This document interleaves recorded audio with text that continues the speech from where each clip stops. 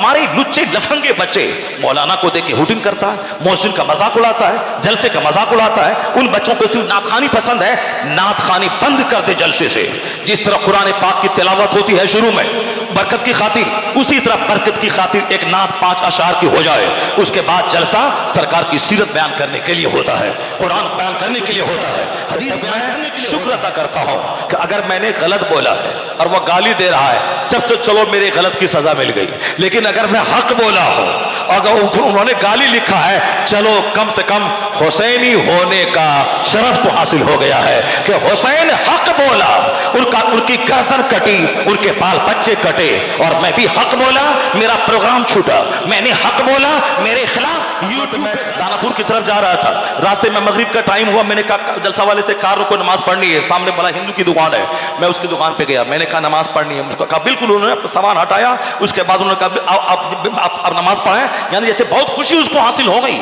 मैंने वहां अपना तौलिया बिछाया, मगरिब की नमाज अदा की, फिर मैं निकला। उसके बाद जाते हुए उन्होंने हाथ जोड़ के उन्होंने सम्मान किया और हम निकल गए। इस जमाने में भी बेशुमार अच्छे लोग, वही मैं कहता हूं, गैर मुस्लिम वो आलिम का सम्मान कर रहा है, गैर मुस्लिम बाबा के इज्जत दे रहा है, और हमारे लुच्चे लफंगे बच्चे मौलाना को देख के हुटिंग करता है, मोहसिन का मजाक उड़ाता है, जलसे का मजाक उड़ाता है। उन बच्चों को सिर्फ नातखानी पसंद है, नातखानी बंद कर दे जलसे से।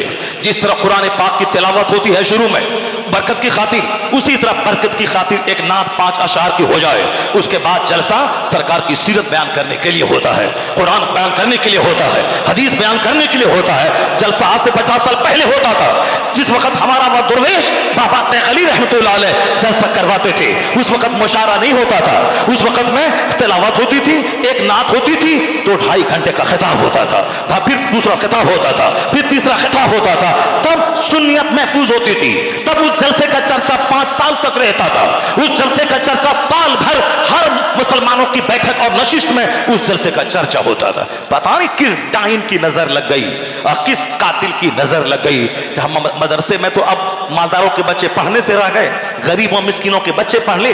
अब जब पढ़ने लिखने के बाद मौलवी बना, अब तो दिमाग में नौकरी करना, 2 पैसा कमा के माँ को नौकरी से छुड़ाना रह गया। अब वह हक बात कौन बोलेगा, जुल्म के खिलाफ कौन बोलेगा, नाजायज के खिलाफ कौन बोलेगा। खिलाफ बोलेगा जगह छूटेगी, जगह छूटेगी, फिर माँ को नौकरी कर रही है वो कैसे। अब उनकी सारी फिक्र घर बनाने, माँ बाप को इज्जत देने, नौकरी छुड़वाने, ठेला छुड़वाने और साहब अच्छे ढंग से खिलाने पे पूरी एनर्जी इन्वेस्ट हो जाती है। वो तो इसीलिए वो सदर सेक्रेटरी मुतवल्ली की चमचागिरी करता है। हक कौन बोलेगा, हक स्यूती बोलते थे, जिसको हक के बदले में उसको गटर में फेंक दिया गया।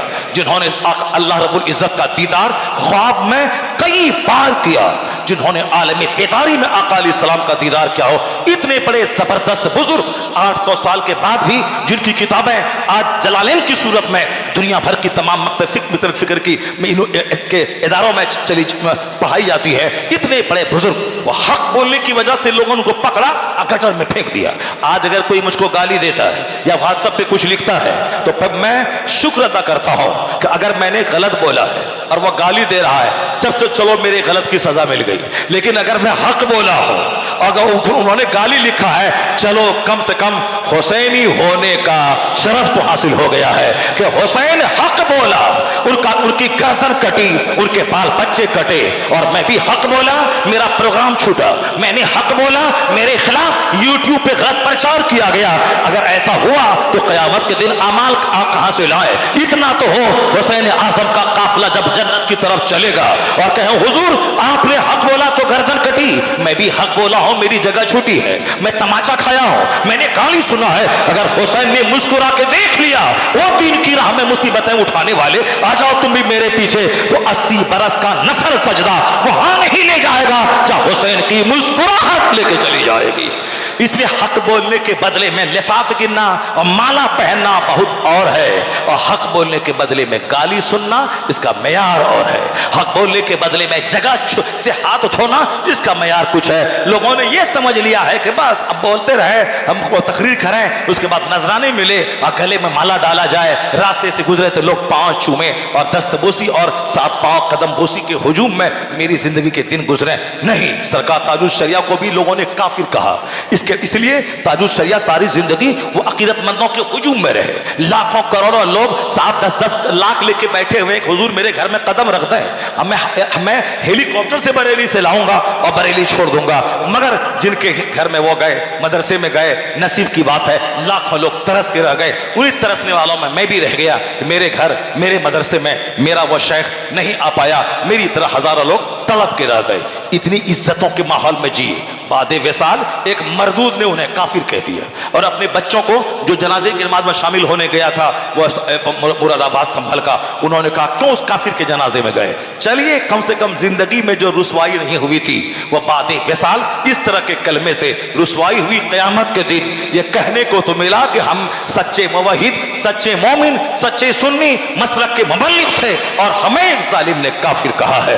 जितनी गालियां सुनी जाएंगी उतना ही उसके बदले में हक बोलने वालों के दर्जात बुलंद होंगे। बातें हमारी बड़ी तवील हो गई, मेरी बातें एक बात हो गई, बाकी एक बात और मेरी बाकी रह गई है, उस बात को मैं मुकम्मल करूं। आज की जो तकरीब है ये तकरीब एक उर्स की तकरीब है और हुजूर तारिक मिल्लत रहमतुल्लाह अलैह का ये उर्स है। उर्स का मतलब होता है कि अपने जो बुजुर्ग दुनिया से चले गए उनकी याद कायम रखी जाए, आने वाली नस्लों तक उनकी ज़िंदगी और उनका पैगाम पहुंचाया जाए। इसी का नाम है उर्स। और जाने वाला चला गया, अपनी ज़िंदगी से दूसरों को क्या बता के गया, ये पैगाम उर्स से मिलता है। तो हमने तारीख़ मिल्लत को हम देखे भी होंगे मगर चेहरा नहीं दिमाग में आ रहा है। अलबत्ता हम इतना जानते हैं कि उनके कामयाब और लायक और फायक शहजादे को हम देख रहे हैं। दरख्त कैसा है ये अपने फल से पहचाना जाता है। आजकल वैशाली, मुजफ्फरपुर, मोतिहारी इन इलाक़ों में घर घर उर्स हो रहा है और घर घर कब्रें बन रही हैं। खिलाफत का मतलब ही है कि अब इनका उर्स लगेगा इनके मरने के बाद। अब पीर साहब चाहे चारों शर्तों पे उतरें या ना उतरें, अलबत्ता उनका मज़ार बनना पक्का है और उनका उर्स लगना पक्का है और मेला लगना पक्का है। मदरसा बने ना बने, यूनिवर्सिटी बने ना बने, साहब ITI सेक्टर बने ना बने, कॉलेज बने ना बने, मगर मज़ार तो बनना पक्का है, चूँकि ये हम सुन्नियों के हिस्से में ही आया है। दूसरा कोई कॉलेज ले लिया, हम मज़ार लेके बैठ गए। कोई यूनिवर्सिटी ले लिया, हम लोबान लेके बैठ गए। कोई साहब कॉलेजेस लेके रह गए, 200 कमरे का मदरसा बना के रह गया और हम धुआं लेके बैठ गए। तो चलिए ये अपने अपने मुक़द्दर की बात है। ये दुनिया में जो मेहनत करेगा, मुशक्क़त करेगा, तो कौम धुआं से ज़िंदा नहीं रहती है, कौम किताब से ज़िंदा रहती है, कौम तालीम से ज़िंदा रहती है, कौम एजुकेशन से ज़िंदा रहती है। अगर तारीक़ मिल्लत वो लोहबान जलाने वाले अगर पीर साहब होते तो उनका बेटा कभी एक ज़बरदस्त हाफिज़ कारी आलिम नहीं बनता। चूँकि ये इनकी मौजूदगी बताती है कि इनके बाप के सीने में दीन का दर्द था। उनको मज़हब अहले सुन्नत व जमात की तरवीज व इशाअत की फ़िक्र थी। मसलके आला हज़रत की खिदमत घर घर करने और पैगाम घर घर पहुँचाने का एक जज्बा था। उसी जज्बे का एक छोटा सा मुजाहरा उनके बेटे की सूरत में हो रहा है। अल्लाह तबारक व तआला तारिक़ मिल्लत को करवट करवट कब्र में राहत पहुँचाए, उनके दर्जात को अल्लाह बुलंदी अता फरमाए। मैंने उनके दर्जात की बुलंदी की दुआ की है और यही हमारे बुज़ुर्गों ने सिखाया है। हम जब अजमेर मुअल्ला जाएं, वहाँ जाके ये ना बोलें कि ख्वाजा बाबा बेटा दे दीजिए, ख्वाजा बाबा मकान दे दीजिए। तरीक़ा ये है कि ख्वाजा बाबा जहाँ आराम कर रहे हैं उनकी कब्र मकाम मुस्तजाब है, वहाँ दुआ कबूल होती है। आला हज़रत रज़ी अल्लाह ताला अन्हु ने कहा है कि मिना, मुज़दलिफ़ा, अरफात, मुस्तजार और हतीम, बाब काबा, सफ़ा, मरवा, मीलैन अख़सरैन, बकी, उहद, ये सब मकामात मुस्तजाबात हैं जहाँ दुआएं कबूल होती हैं। लेकिन ये सारी जगहें अरब शरीफ में, इंडिया में नहीं है। मगर आला हज़रत ने अपने वालिद की इन तमाम जगहों के आगे एक जगह का इशारा किया कि हिंदुस्तान में एक जगह है रोज़ा-ए गरीब नवाज जहाँ दुआ कबूल होती। सुभान अल्लाह, सुभान अल्लाह, जहाँ दुआ कबूल होती ही होती है। मैं कहता हूँ कभी कभी कि 1,00,000 कव्वालियाँ एक तरफ और जो 1,00,000 कहानियाँ गढ़ते हैं वो एक तरफ, रज़ा का ये एक फतवा एक तरफ है। इस फतवे को सुनने के बाद गरीब नवाज के रोज़े अनवर की हाज़िरी का जज्बा बेचैन हो जाता है कि हम मिना मुज़दलिफ़ा अरफात नहीं देखे, कम से कम अजमेर तो जा सकते हैं। आला हज़रत ने कहा वहाँ दुआ कबूल होती है। यह बिल्कुल तजर्बे से साबित है, दुआ कबूल होती ही होती है। अब वहाँ जाने के बाद ये नहीं कहना है कि बाबा बेटा दे दीजिए, बेटी दे दीजिए। अच्छा, ये और बात है कि गरीब नवाज जिंदा है, अपनी कब्र में है, अल्लाह के वली मरते नहीं हैं, तो जिंदों से मदद मांगी जा सकती है, कानूनन जायज़ है। लेकिन आला तरीक़ा ये है कि गरीब नवाज के वसीले से अल्लाह रब्बुल इज़्ज़त से दुआ मांगी जाए।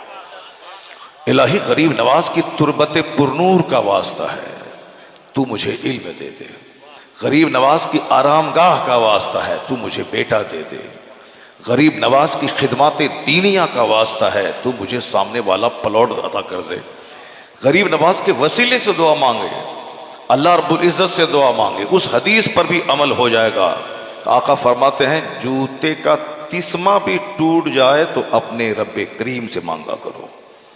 शिर्क की सारी जड़ें कट जाती हैं यहाँ जब हम अल्लाह के वलियों की कब्र का वसीला अल्लाह को देकर अल्लाह से भी मांगते हैं। मगर बहुत सारे जुहला वो करते क्या हैं, 1,00,000 वली हैं तो सबसे मदद मांगते हैं। छज्जू बाबा अलमदद, मुराद बाबा अलमदद, डब्बू बाबा अलमदद, फाना बाबा अलमदद, तौसीफ मियाँ अलमदद, असजद मियाँ अलमदद, फ़कीर मियाँ अलमदद। ये जो है अच्छा नहीं है। इस पर दूसरे लोगों को तनकीद करने का मौका मिल जाता है। और ऐसा नहीं कि सारे लोग गरीब नवाज हो जाएं, सारे लोग आला हजरत हो जाएं, सारे लोग गौसे आज़म हो जाएं। कुछ फ़र्क तो होना चाहिए। गौसे आज़म सारे वलियों के सरदार हैं। गरीब नवाज हिंदुस्तान के सबसे बड़े दाई कबीर मुबल्लिग़ आज़म हिंदुस्तान है। तो हर वली को उसके खाने में रखना चाहिए। और जब सबसे उठते बैठते चलते फिरते मदद नहीं मांगनी चाहिए, उनके लिए दुआ करनी चाहिए कि अल्लाह ताला उनके दर्जात बुलंद करे, अल्लाह ताला उनकी कब्र को मरजे खलाइक बना दे, अल्लाह उनकी कब्र को मकाम मुस्तजाब बना दे। वो तो गैर मुस्लिम लोग हैं। सूरज को देखा बाप मदद कीजिए, चांद को देखा मदद कीजिए, पत्थर को देखा मदद कीजिए, दरख्त को देखा मदद कीजिए, जानवर को देखा मदद कीजिए। अब सबसे मदद मांगता है वो। अब किस किस की मदद मांगेगा? जिसमें शक्ति देखता है थोड़ी सी, उसी को मददगार समझता है। पत्थर के सामने, छुचंदर के सामने, बंदर के सामने, नदी के सामने, नाले के सामने, गाय के सामने, सांप के सामने, चोटी के सामने, क्या नहीं है उसके यहाँ? किसको खुदा नहीं बना डाला इन लोगों ने? कहीं देखिए हाथी को पूछता है, कहीं लोग गाय पूछते हैं, कहीं छुचंदर पूछते हैं, कहीं लोग सांप पूछते हैं, कहीं लोग पहाड़ के सामने हाथ जोड़ के खड़े हैं, कहीं सूरज के सामने, कहीं चांद के सामने, कहीं आसमान के सामने, किसी आदमी के सामने। साहब बैल को लेके घूम रहा है कि ये बैल तकदीर बताता है। यानी किस किस के सामने ये पेशानी जलील नहीं होती। जहां देखा, जिसको देखा, थोड़ी सी ताकत उसमें देखी, उसी के सामने झुक गया। मैं कहता हूं इस्लाम लाने का सबसे बड़ा फायदा जन्नत में तो वहां जाना है, लेकिन इस दुनिया में सबसे बड़ा फायदा फौरी ये मिलता है कि जो 50 जगहों पे अपने सर टेकता था, जो हजारों चीजों से मदद मांगता था, जहां कह दिया कि ला इलाहा इल्लल्लाह, there is no any god but Allah, कोई खुदा नहीं सिवाय अल्लाह के, कोई माबूद नहीं सिवाय अल्लाह के, कोई मस्जूद नहीं सिवाय अल्लाह के, इतना कहा उसकी फिक्र बेचैन होने से बच गई।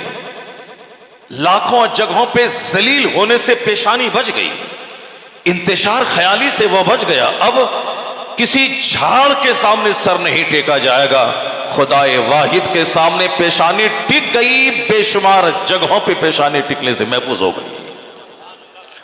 ये इस्लाम लाने का सबसे बड़ा बेनिफिट है कि आदमी चूंकि अशरफुल मखलूकात है, आदमी सबसे सुपीरियर है, आदमी तो फरिश्तों से भी अफजल है। फरिश्ते के पास शहवत नहीं है, मगर इंसान के पास शहवत है।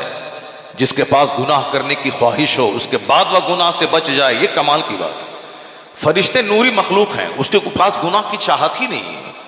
इसलिए तमाम मखलूक में सबसे अशरफ ये इंसान है। इसको गुनाह की ख्वाहिश है, खाने की ख्वाहिश, सोने की ख्वाहिश, औरतों से मिलने की ख्वाहिश, सोना चांदी जमा करने की ख्वाहिश, ढेर लंबी जिंदगी गुजारने की ख्वाहिश। ये सारी ख्वाहिशात का मजमुआ इंसान के सीने में है, यानी तमाम ख्वाहिशात इसके सीने में मौजूद है। लेकिन उसके बावजूद ये अपने आप को ज़िना से बचाए, अपने आप को शराब से बचाए, अपने आप को माले हराम से बचाए, अपने आप को गुनाहों से बचाए, अपने आप को दुनिया की चाहत से बचाए। ये अगर बचा लिया तो फिर इसका मकाम फरिश्तों से अफजल हो जाता है। चूंकि फरिश्ते नूरी मखलूक हैं, वो खाते पीते नहीं हैं, उनको शादी की ख्वाहिश भी नहीं है। अगर खाते पीते नहीं हैं और फिर वो हराम से बचते हैं तो कोई ताज्जुब की बात नहीं है, नूरी मखलूक है वो। चूंकि खाना पीना ही नहीं, खाना पीना तो इंसान को है। अब जब इनको भूख लगती है, सामने हराम का पैसा है, मगर यह इंसान भूखा रहता है मगर हराम के करोड़ों रुपए पे थूक देता है, तब फरिश्ते भी इसकी इस कैफियत पे रश्क करने लगते हैं कि सामने मौजूद है मगर अल्लाह से डरते हुए इन्होंने हराम को तर्क कर दिया। ये है ख्वाहिशात है मगर अल्लाह के डर से छोड़ दिया। सामने एक खूबसूरत 18 साल की जवान लड़की है, दिल में ख्वाहिश पैदा होती है कि मैं इनको बार बार देखूं, चूंकि देखने की चीज है।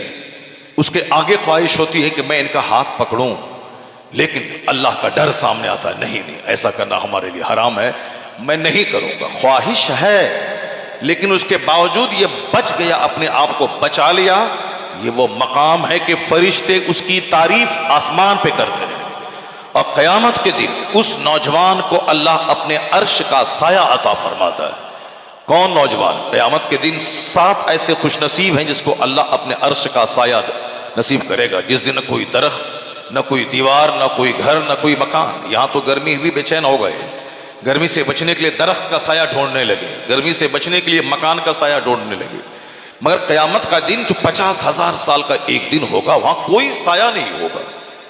सारे दरख्त मिसमार कर दिए जाएंगे, सारे पहाड़ रूई के गाले की तरह उड़ेंगे, जमीन परपट मैदान हो जाएगी, कुछ नहीं होगा वहां, सिर्फ अल्लाह के अर्श का साया होगा। अल्लाह के अर्श का साया, उस साये में जगह जिन खुशनसीबों को मिलेगी, उस खुशनसीब में एक खुशनसीब वो है रजुलुन दाअत हो इमरातुन ज़ात मनसबियों व जमाल काल इन्नी अखाफुल्लाह, यानी वह शख्स जिसको ऊंचे खानदान की खूबसूरत औरत दावते ज़िना दे, लेकिन ऊंचे खानदान के ज़ात मनसबियों व जमाल। तवाइफ के कोठे पे जो औरतें रहती हैं वो तो जलील कीड़े से बदतर है। वो सिर्फ सज धज कर अपने चेहरे को मेकअप करके आने वाले ग्राहक को दावत देती है, वरना अंदर से सर से लेके पांव तक उसका पूरा जिस्म बीमारी का मजमुआ होता है। जो उसके करीब चले जाए उसकी नस्लें तबाह हो जाए। आज एड्स दुनिया में बढ़ रहा है तवाइफों के पास जाने की वजह से। आज आदमी नामर्दी का मरीज हो रहा है उन तवाइफों के पास जाने की वजह से। एक शख्स किसी बिहार का खुद मरा, उनके 2-3 बेटे मर गए, सब संक्रमित हो गए, यानी वह एड्स का मसमूम कीड़ा पूरे घर को तबाह बर्बाद करके रख दिया, चूंकि उनके पास हजारों तरह के लोग जाते हैं। तो इस हदीस पाक में उन तवाइफों फाहिशा औरत का जिक्र नहीं है जिसका पेशा है अपनी इज्जत बेच करके 2 रुपए कमाना। कहते हैं कि रजुल दाअत हो इमरातुन ज़ात मनसबियों व जमाल, यानी वह मर्द जिसे ऊंचे खानदान की खूबसूरत औरत दावत दे, ऊंचे खानदान की पर्दे में रहने वाली खूबसूरत औरत जिसकी तरफ अक्सर लोगों का मैलान हो जाता है, क्योंकि उनका पेशा ये नहीं है। अब अगर वो उनको दावते ज़िना दे, मगर उसके बावजूद ये कहे कि इन्नी अखाफुल्लाह, मैं अल्लाह से डरता हूं, ऐसा कदम नहीं उठाऊंगा क्योंकि ये काम बहुत मुश्किल है।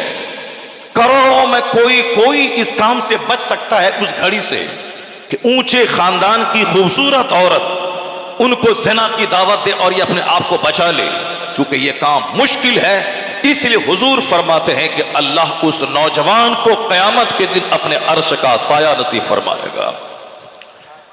अल्लाह ताला क़यामत के दिन उस नौजवान को अपने अर्श का साया नसीब करेगा, क्योंकि दुनिया में ये इन्होंने बहुत मुश्किल काम किया है, अपने ऊपर कंट्रोल किया है, सब्र और ज़ब्त से काम लिया है, इसलिए इसका इनाम भी बहुत बड़ा होना चाहिए। वो बड़ा इनाम यही है कि करोड़ों लोग गर्दन और नाक और सर तक पसीने में डूबे रहेंगे, एक एक बूंद पानी को तरसेंगे, कोई पुरसाने हाल नहीं होगा। इकलौते बेटे को मां देखेगी तक नहीं, सब अपनी अपनी फिक्र में रहेगी। बच्चे अपने माँ बाप से भागेंगे, माँ बाप औलाद से भागेंगे, कोई किसी का पुरसाने हाल नहीं होगा। उस संकट की घड़ी में अल्लाह के अर्श का साया उसको नसीब होगा जिसको दुनिया में ऊंचे खानदान की हसीन औरत दावत बदकारी दे, मगर ये अपने आप पर सब्र का पत्थर रखकर सेल्फ कंट्रोल करते हुए कहे इन्नी अखाफुल्लाह, मैं अल्लाह से डरता हूँ, मैं ऐसा नहीं करूँगा, तो अल्लाह उस खुश नसीब को अपने अर्श का साया नसीब फरमाएगा। इसलिए अपने नफ्स पे कंट्रोल करना, चूंकि आज आदमी बेलगाम हो गया, न खाने पे लगाम है, न सोने पे लगाम है, न ख्वाहिशात पे लगाम है। तीजा, 40वां बरसी, लंगर गौसिया, लंगर ख्वाजा, लंगर हुसैन, यानी हमारे यहाँ तो बेशुमार लंगरात चल रहे हैं। और साहब उर्स तो हमेशा होता है, लंगर चल रहा है, सिर्फ खाना है और सोना है और उसके अलावा कोई काम नहीं करना है। पहले लोगों को महीने महीने तक खाना नहीं मिलता था, जौ की रोटी साल साल भर लोग खाते थे। आक़ाए दो जहां अलैहिस्सलाम की सीरत के चैप्टर में आया है कि सैयदा आयशा फरमाती है, रईतुल हिलाल सुम्मा रईतुल हिलाल अल उखरा, मैं चांद देखती, दूसरे महीने का चांद देखती, तीसरे महीने का चांद निकल जाता, शहरैन मुतताबिऐन, लगातार 2 महीने गुजर जाते, मगर हुजूर के घर वालों के चूल्हे में आग नहीं सुलगती थी, खजूर और पानी पे गुजर बसर होता था। तो इस तरह ये सादगी कौनैन के मालिक व मुख्तार के घर की, और आज उनका गुलाम खाने के नाम पे इतने सारे आइटम पैदा कर दिए हैं कि साहब इमाम हुसैन एक बार शहीद हुए और हम उसको हर बार हर मुहर्रम की 10 तारीख को शहीद करते हैं और उनका तीजा मनाते हैं, उनका 40वां मनाते हैं। यहाँ जितने लोग बैठे हुए हैं, कोई बता दे कि वो अपने बाप का तीजा हर साल मनाता हो, वो अपने बाप का 10वां हर साल मनाता हो, सारे समाज के लोग मुंह नोच लेंगे उसका। तीजा का मतलब 3 दिन के बाद जो इसाले सवाब की महफिल होती है वो है तीजा। 10वां का मतलब इंतकाल के 10वें दिन जो महफिल इसाले सवाब मुनक़िद होती है वो है 10वां। इंतकाल के बाद 20वें दिन जो महफिल इसाले सवाब मुनक़िद होती है उसका नाम है 20वां। मरने के बाद, इंतकाल के बाद जो 40वें दिन पे महफिल होती है उसका नाम है 40वां। अब उसके बाद अगर मनाना है हर साल तो बरसी है, यानी मेरे बाप के इंतकाल के 1 बरस हो गए, ये दूसरी बरसी, तीसरी बरसी, चौथी बरसी, 5वीं बरसी, 6ठी बरसी, 51वां बरसी, ये तो चलेगा। ऐसा नहीं होगा कि साहब हर साल तीजा हो, हर साल 10वां हो, हर साल 20वां हो, हर साल 40वां हो। जब हमारे बाप का हर साल 10वां नहीं होता है तो इमाम हुसैन तो शहीदों के सरदार का नाम, वो तो जिंदों के इमाम का नाम है। फिर ये जो जिंदा है उनका 10वां कैसा, उनका तीजा कैसा, और हर साल तीजा कैसा? इसका मतलब है कि मुहर्रम की 10 तारीख को इमाम हुसैन कत्ल हो गए, अब 3 दिन के बाद तीजा करना है, 10 दिन के बाद 10वां करना है। पता नहीं सुन्नियों की खोपड़ी कहाँ चली गई। ये राफिजियों की एक गलत रीत है, ये शियाओं का पैदा किया हुआ एक गलत तरीका है जिसको हम लोगों ने कबूल कर लिया, अहले बैत की मोहब्बत में से कबूल कर लिया। अहले बैत की मोहब्बत में कोई बोलने की हिम्मत नहीं किया। क्या अहले बैत की मोहब्बत ये है कि इमाम हुसैन को हर बार 10 तारीख को फर्जी करबला में दफन किया जाए? हर साल वो शहीद होते, वो तो एक बार शहीद हुए, हमेशा के लिए जिंदा हो गए। और हुसैन आजम जिंदा है। ला तक़ूलू लिमन युक़्तलू फ़ी सबिलिल्लाह अमवात, जो अल्लाह की राह में कत्ल किए गए उसे मुर्दा मत को, वो जिंदा है। तो फिर जिंदों का तीजा कैसा, जिंदों का 10वां कैसा, जिंदों का 20वां कैसा? मैंने एक फिक्र दी है, ऐसा नहीं कि साहब मैं कह रहा हूं कि ये हराम है करना, ऐसा नहीं करना चाहिए। मगर एक फिक्र दे रहा हूं कि साहब लोग सोचे समझे बगैर क्या कर रहे हैं। रोजाना इमाम हुसैन की महफिल हो, रोजाना कुरान खानी हो, रोजाना इसाले सवाब की महफिल मुनक़िद हो, रोजाना उनकी शान शहादत डेली बयान किया जाए, कोई हर्ज की बात नहीं, मगर तीजा के नाम पे नहीं, 10वां के नाम पे नहीं, 40वां के नाम पे नहीं, हुसैन के नाम पे डेली महफिल हो, रोजाना आदमी कुरान पाक पढ़ के उनकी रूह को सवाब पहुंचाए। लेकिन 10वां तीजा ये राफिजियों का दिया हुआ है, और सुन्नी उसका तरीका अपनाएगा जो सिद्दीक़ अकबर को गाली देता हो, जो फारूक आजम को मोमिन नहीं समझता हो, जो उस्मान गनी की तौहीन करता हो, जो सैयदा आयशा सिद्दीक़ा रज़ी अल्लाह ताला अन्हा, जो हम मुसलमानों की करोड़ों माएँ जिनके पाँव की धूल पे कुर्बान, उस मुक़द्दस माँ को गाली देता हो, उसके नाम पे फिल्में बनाता हो, हम उसके तरीके को कबूल कर लें, ऐसा कभी नहीं होगा। सिद्दीक़ अकबर सारे सहाबा में सबसे अफजल है। हजरत मौला अली उनके पीछे 2 साल तक नमाज पढ़ते रहे, अब मौला अली ने उनको अपना इमाम माना। हजरत उमर फारूक के पीछे 10 साल मौला अली नमाज पढ़ते रहे, उमर फारूक इमाम, हजरत मौला अली उनका मुख्तदी, हजरत उस्मान गनी उनके साढ़ू भी हैं, हजरत उस्मान गनी खलीफा सोम हैं, उस्मान गनी मौला अली के इमाम भी हैं। 12 साल तक मौला अली जिनके पीछे नमाज पढ़ते रहे, उनको मौला अली की मोहब्बत की आड़ में गालियां देना, उनको मोमिन तक नहीं समझना, उनकी रीति रिवाज को हम अपना लें, कैसा कभी नहीं होगा। और आज जो राफिजियत के असर से जो सुन्नियों का एक कमजोर तबका जो 2-4 रुपया कमाने के शौक में उस सेठों के पीछे तलवा चाटते हुए अमीर मुआविया रज़ी अल्लाह ताला अन्हु को मुनाफिक कहता हो, उनको गाली देता हो, उनको अहले बैत अतहार के कातिलों में शुमार करता हो, तो वो शख्स भी अहले सुन्नत व जमात का नहीं है। वह शख्स तारीख पढ़ के जहन्नम के करीब तो जा रहा है, मगर हदीस पढ़ के वो जन्नत के करीब नहीं होता। अमीर मुआविया सहाबी रसूल है, मुसलमानों के मामू हैं, वो कातिबे वही है। जब नूह अलैहिस्सलाम का बेटा जो उलुल अज़्म रसूल है, उनका बेटा काफिर हो सकता है, काफिर ही मर सकता है, तो अगर एक सहाबी रसूल का बेटा अहले बैत का कातिल होके फासिक व फाजिर हो जाए, तो उस बेटे की वजह से बाप का क्या कसूर है। जिस तरह जनाबे नूह अलैहिस्सलाम उलुल अज़्म रसूल, उनका बेटा काफिर का काफिर रहा, आप समझाते रहे, नहीं माना, पानी में डूब गया, जहन्नम की आग में सदा के लिए जलने के लिए चला गया। जब बहुत बड़े रसूल का बेटा का हालत कुफ्र में रह के जहन्नमी हो सकता है, बाप के समझाने से नहीं समझ सकता है, तो एक सहाबी रसूल का बेटा अगर दुनिया के तख्त व ताज की चाहत में अहले बैत का कातिल होके अपनी आखिरत में आग लगा दे, तो बाप का क्या कसूर है, सहाबी रसूल का क्या कसूर है। इसलिए मसलक आला हजरत जिसकी वकालत हुजूर तारीक़ मिल्लत सारी जिंदगी करते रहे, हुजूर तैगली शाह रहमतुल्लाह अलैह जिस मसलक आला हजरत को बैलगाड़ी पर बैठकर घर घर हर मोहल्ला मोहल्ला महफिले मिलाद पढ़ के हर मोहल्ले तक पहुंचाते रहे, जो बड़ी से बड़ी कॉन्फ्रेंस करके पूरे इस जोन को तिरहुत डिवीजन को उन्होंने वहाबियत की मसहूम आंधी से बचाया और मसलक आला हजरत का चराग घर घर में जलाया। उस फकीर और दुर्वेश का एहसान है जिन्होंने मुहद्दिस आजम हिंद को बुला के तकरीर करवाई, जिन्होंने सरकार मुफ्ती आजम हिंद को बुलवा के पूरे इलाके में मसलक का काम किया और खुद एक सूफी बनकर दुर्वेश बनकर सूफियों के तर्ज पे अमल करके गरीबों की झोपड़ी में मालदारों के महल में जाके मसलक आला हजरत का पैगाम पहुंचाया। तो बाबा तैग अली मसलक आला हजरत के बड़े सच्चे प्रचारक का नाम है।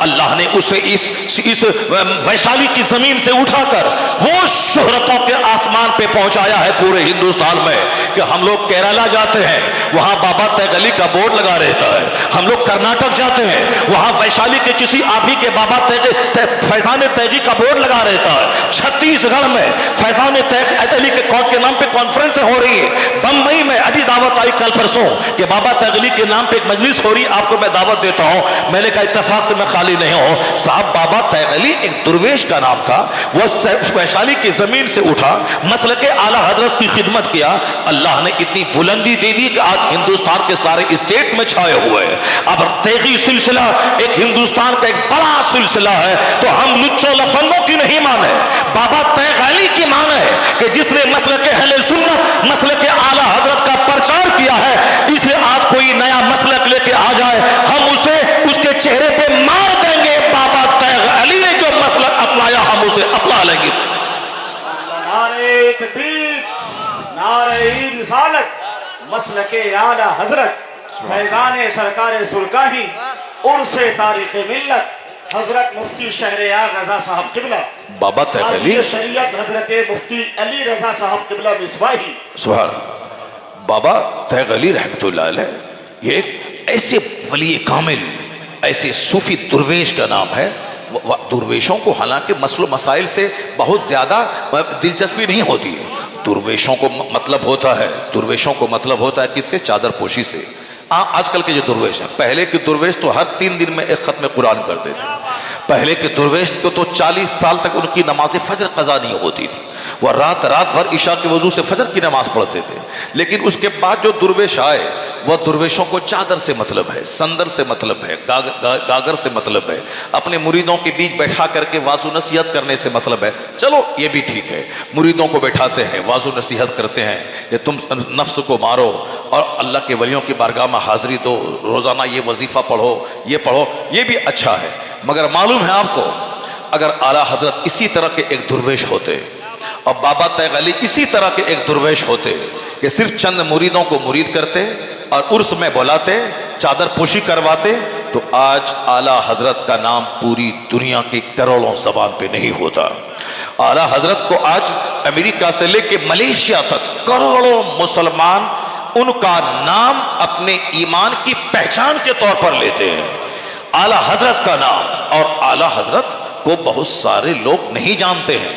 आला हजरत ऐसे नाइब पैगंबर का नाम है जिन्होंने तहफ़्फ़ुज़ नाफूस रिसालत का वह फरीसा अंजाम दिया कि आज अगर जलील इम्तियाज जलील अगर बंबई में तहफ़्फ़ुज़ नामूस रिसालत का झंडा लेके मैदान में आ रहा है, आज असदुद्दीन ओवैसी अगर मुस्तफ़ा की इज्जत और नामूस के तहफ़्फ़ुज़ के लिए मैदान में आ रहा है और वह बोल रहा है, आज अगर देवबंद और नदवा और सहारनपुर का कोई मौलवी अगर तहफ़्फ़ुज़ नामूस रिसालत के लिए कॉन्फ्रेंस कर रहा है, तो कल तक जो हम जैसे सुन्नियों बरेलवियों को वो साहब ट्रेडिशनिस्ट कहता था, वो कहता था ये रिवायती अंदाज का ये कम पढ़ा लिखा मुसलमान है, ये कबर पुजवा है, ये बिदअती है।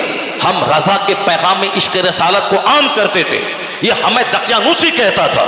लेकिन आज रजा का वही पैगाम में इश्क़ रिसालत आज वो अपने गले में उसकी छाप लेकर वो मैदान में सियासत करने के लिए आ गया है। आज भले ही इम्तियाज जलील बोले या असदुद्दीन ओवैसी बोले या कोई अरशद मदनी बोले या कोई दिल्ली का कोई इलियासी बोले या कोई सऊदी अरब के लोग मुस्तफ़ा की तौहीन के खिलाफ अगर वहां से वो जबान खोले, तो इस सदी में हौसला देने वाला और गुस्ताखाने रसूल की खबर लेने वाला अगर कोई शख्स है जिसकी तहरीक से मुतासिर होकर दुनिया गुस्ताखों के खिलाफ बरसरे पैकार हो गई है, तो वह तहरीक देने वाले का नाम इमामुल उशाक अहमद रजा खां फाज़ली बरेलवी रज़ियल्लाहु ताला अन्हु। नारे तकबीर, नारे रिसालत, मसलके आला हजरत। आला हजरत की वह तहरीक आज आम हो गई पूरी दुनिया में। अपने बेगाने सब अपना रहे, चाहे वो खुशी से माने या नाखुशी से माने, मगर मानना है। अभी कुछ दिन पहले बाराबंकी में चंद देवबंदी मौलवियों ने मीटिंग की। उस मीटिंग में ये कहा कि अगरचे जुलूस मोहम्मदी बिदात है, नहीं निकालना चाहिए, मगर ये आज के वक्त की ज़रूरत है, निकालना चाहिए, मगर ये आज के वक्त की ज़रूरत है। ये अखबार में निकला, मैंने उसको बहुत जगहों पे मैंने बयान किया। ये देखें, जो बिदअत कहता था लेकिन ये आज वक्त की ज़रूरत कह रहा है। और एक बड़े जुलूस की क़यादत देवबंदी मौलवी कानपुर में कर रहा है।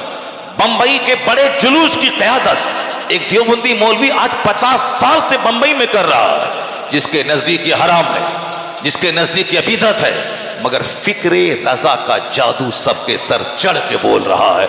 अपने और बेगाने सारे लोग आज मान चुके हैं।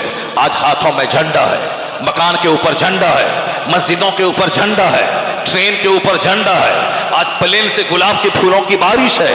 और आज पूरी दुनिया में हर तरफ ईद मिलादुन नबी के नगमे जारी हैं। कभी आपने गौर किया कि ये इसीलिए जारी है कि आज से 25 साल पहले आपके गांव में 12 वफात बोला जाता था। हमने 40 साल पहले मदरसे में देखा कि गांव के सारे लोग 12 वफात कह रहे हैं। मदरसे के हमारे 10-20 बच्चे अपने मौलवी साहब की निगरानी में गांव की गली कूचे में घूमते थे और कहते थे सुबह तैबा में हुई बढ़ता है बड़ा नूर का, सदका ले ले नूर का, आया है तारा नूर का। तो हम लोग नूर कहते थे, मगर गांव में सारे सुन्नी देहाती कहते थे ये 12 वफात है।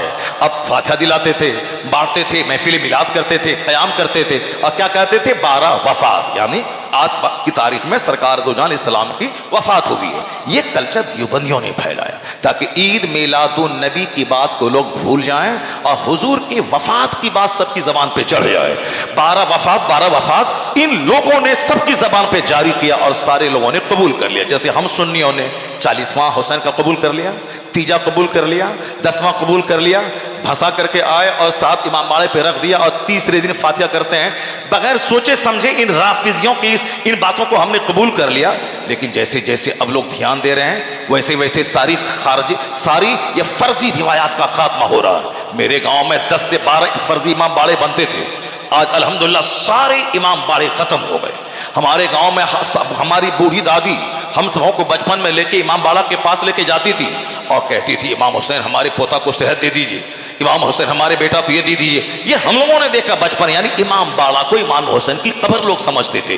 कितनी बड़ी बिदअत थी। आज अल्हम्दुलिल्लाह पूरे हिंदुस्तान में उलमा अहले सुन्नत ने बगैर किसी परवाह, किसी लानत और मलामत की परवाह किए बगैर इन्होंने मसलक अहले सुन्नत को जाहिर किया और आज तमाम खुराफात का खात्मा हो गया और जो भी बाकी है इंशाअल्लाह आने वाले कुछ सालों में खत्म हो जाएगा। जिसके पास इल्म होगा वो किताब की बात करेगा, वो ढोलक की बात नहीं करेगा। आज अगर किसी पीर का बेटा वो अपनी जहालत पर पर्दा डालने के लिए और अपने जाहिल मुरीदों को से पैसा वसूलने के लिए अगर वो ढोलक का सहारा ले रहा है, अगर वो ताजिया का सहारा ले रहा है, तो ये उसके इल्म पे मातम किया जाए कि जिसका बाप एक बड़ा आलिम हिंदुस्तान का गुजरा हो, मसलक आला हजरत का जबरदस्त मनाजिर और मबल्लिग गुजरा हो, उसका बेटा पोता ढोलक लेके कैसे बैठ गया, उसका बेटा ढोल बाजा कैसे लेके बैठ गया। वहां से तो इल्म निकलता था, वहां से किताबें लिखी जाती थी, मगर जाहिर सी बात है इल्म रहेगा तब न इल्म निकलेगा। यहां तो साफ जहालत है, मगर 2 टका कमाने के लिए सोचा कि अब तो हमारी ला इल्मी का पर्दाफाश हो जाएगा, इसलिए मदारी की गोद में जाके बैठ गया और ढोल बजाना शुरू किया। मगर आला हजरत के मसलक के मुबल्लिगीन उसे नहीं छोड़ेंगे कि तेरा बाप पढ़ा था और तू अगर अपने बाप के तरीके पर अमल करेगा तो हमारे लिए काबिल एहतराम है, और अगर बाप के मसलक से हटेगा तो फिर तुम हमारे लिए कोई इज्जत हमारे दिल में तेरे लिए नहीं होगी। तो जहां इल्म होगा वहां बिदअत के मिटाने की बात होगी, शरीयत और सुन्नत पे अमल करने की बात होगी, और जहां इल्म नहीं होगा वहां ढोल की बात होगी। जहां इल्म होगा वहां फतवा लिखा जाएगा, वहां किताब पढ़ाया जाएगा, वहां किताब लिखी जाएगी, वहां मदरसा कायम किया जाएगा, वहां तहकीक और रिसर्च की बात की जाएगी, वहां ढोल और चादर और गागर लेके नहीं रखा जाएगा। वह आला हजरत का वो मसलक, एक चादर मजार पे डाल दी जाए और जब तक वह चादर पुरानी और बोसीदा न हो दूसरी चादर नहीं डाली जाए। जिस तरह खाने काबा के ऊपर खिलाफ दुनिया के सारे मकानात से इम्तियाज की खातिर है, उसी तरह आम कब्रों से अल्लाह के वली की कब्र के इम्तियाज के लिए, पहचान के लिए उस पर एक चादर डाल दी जाए, और जब तक वह चादर पुरानी ना हो दूसरी नहीं डाली जाए, ताकि जाहिल मुसलमान चादर चढ़ाने की एक रस्म ना बना ले, चादर चढ़ाने की मिन्नत ना मांगने लगे। आज जो ये काम हो गया तो चादर चढ़ाऊंगा, ये काम हो गया चादर चढ़ाऊंगा।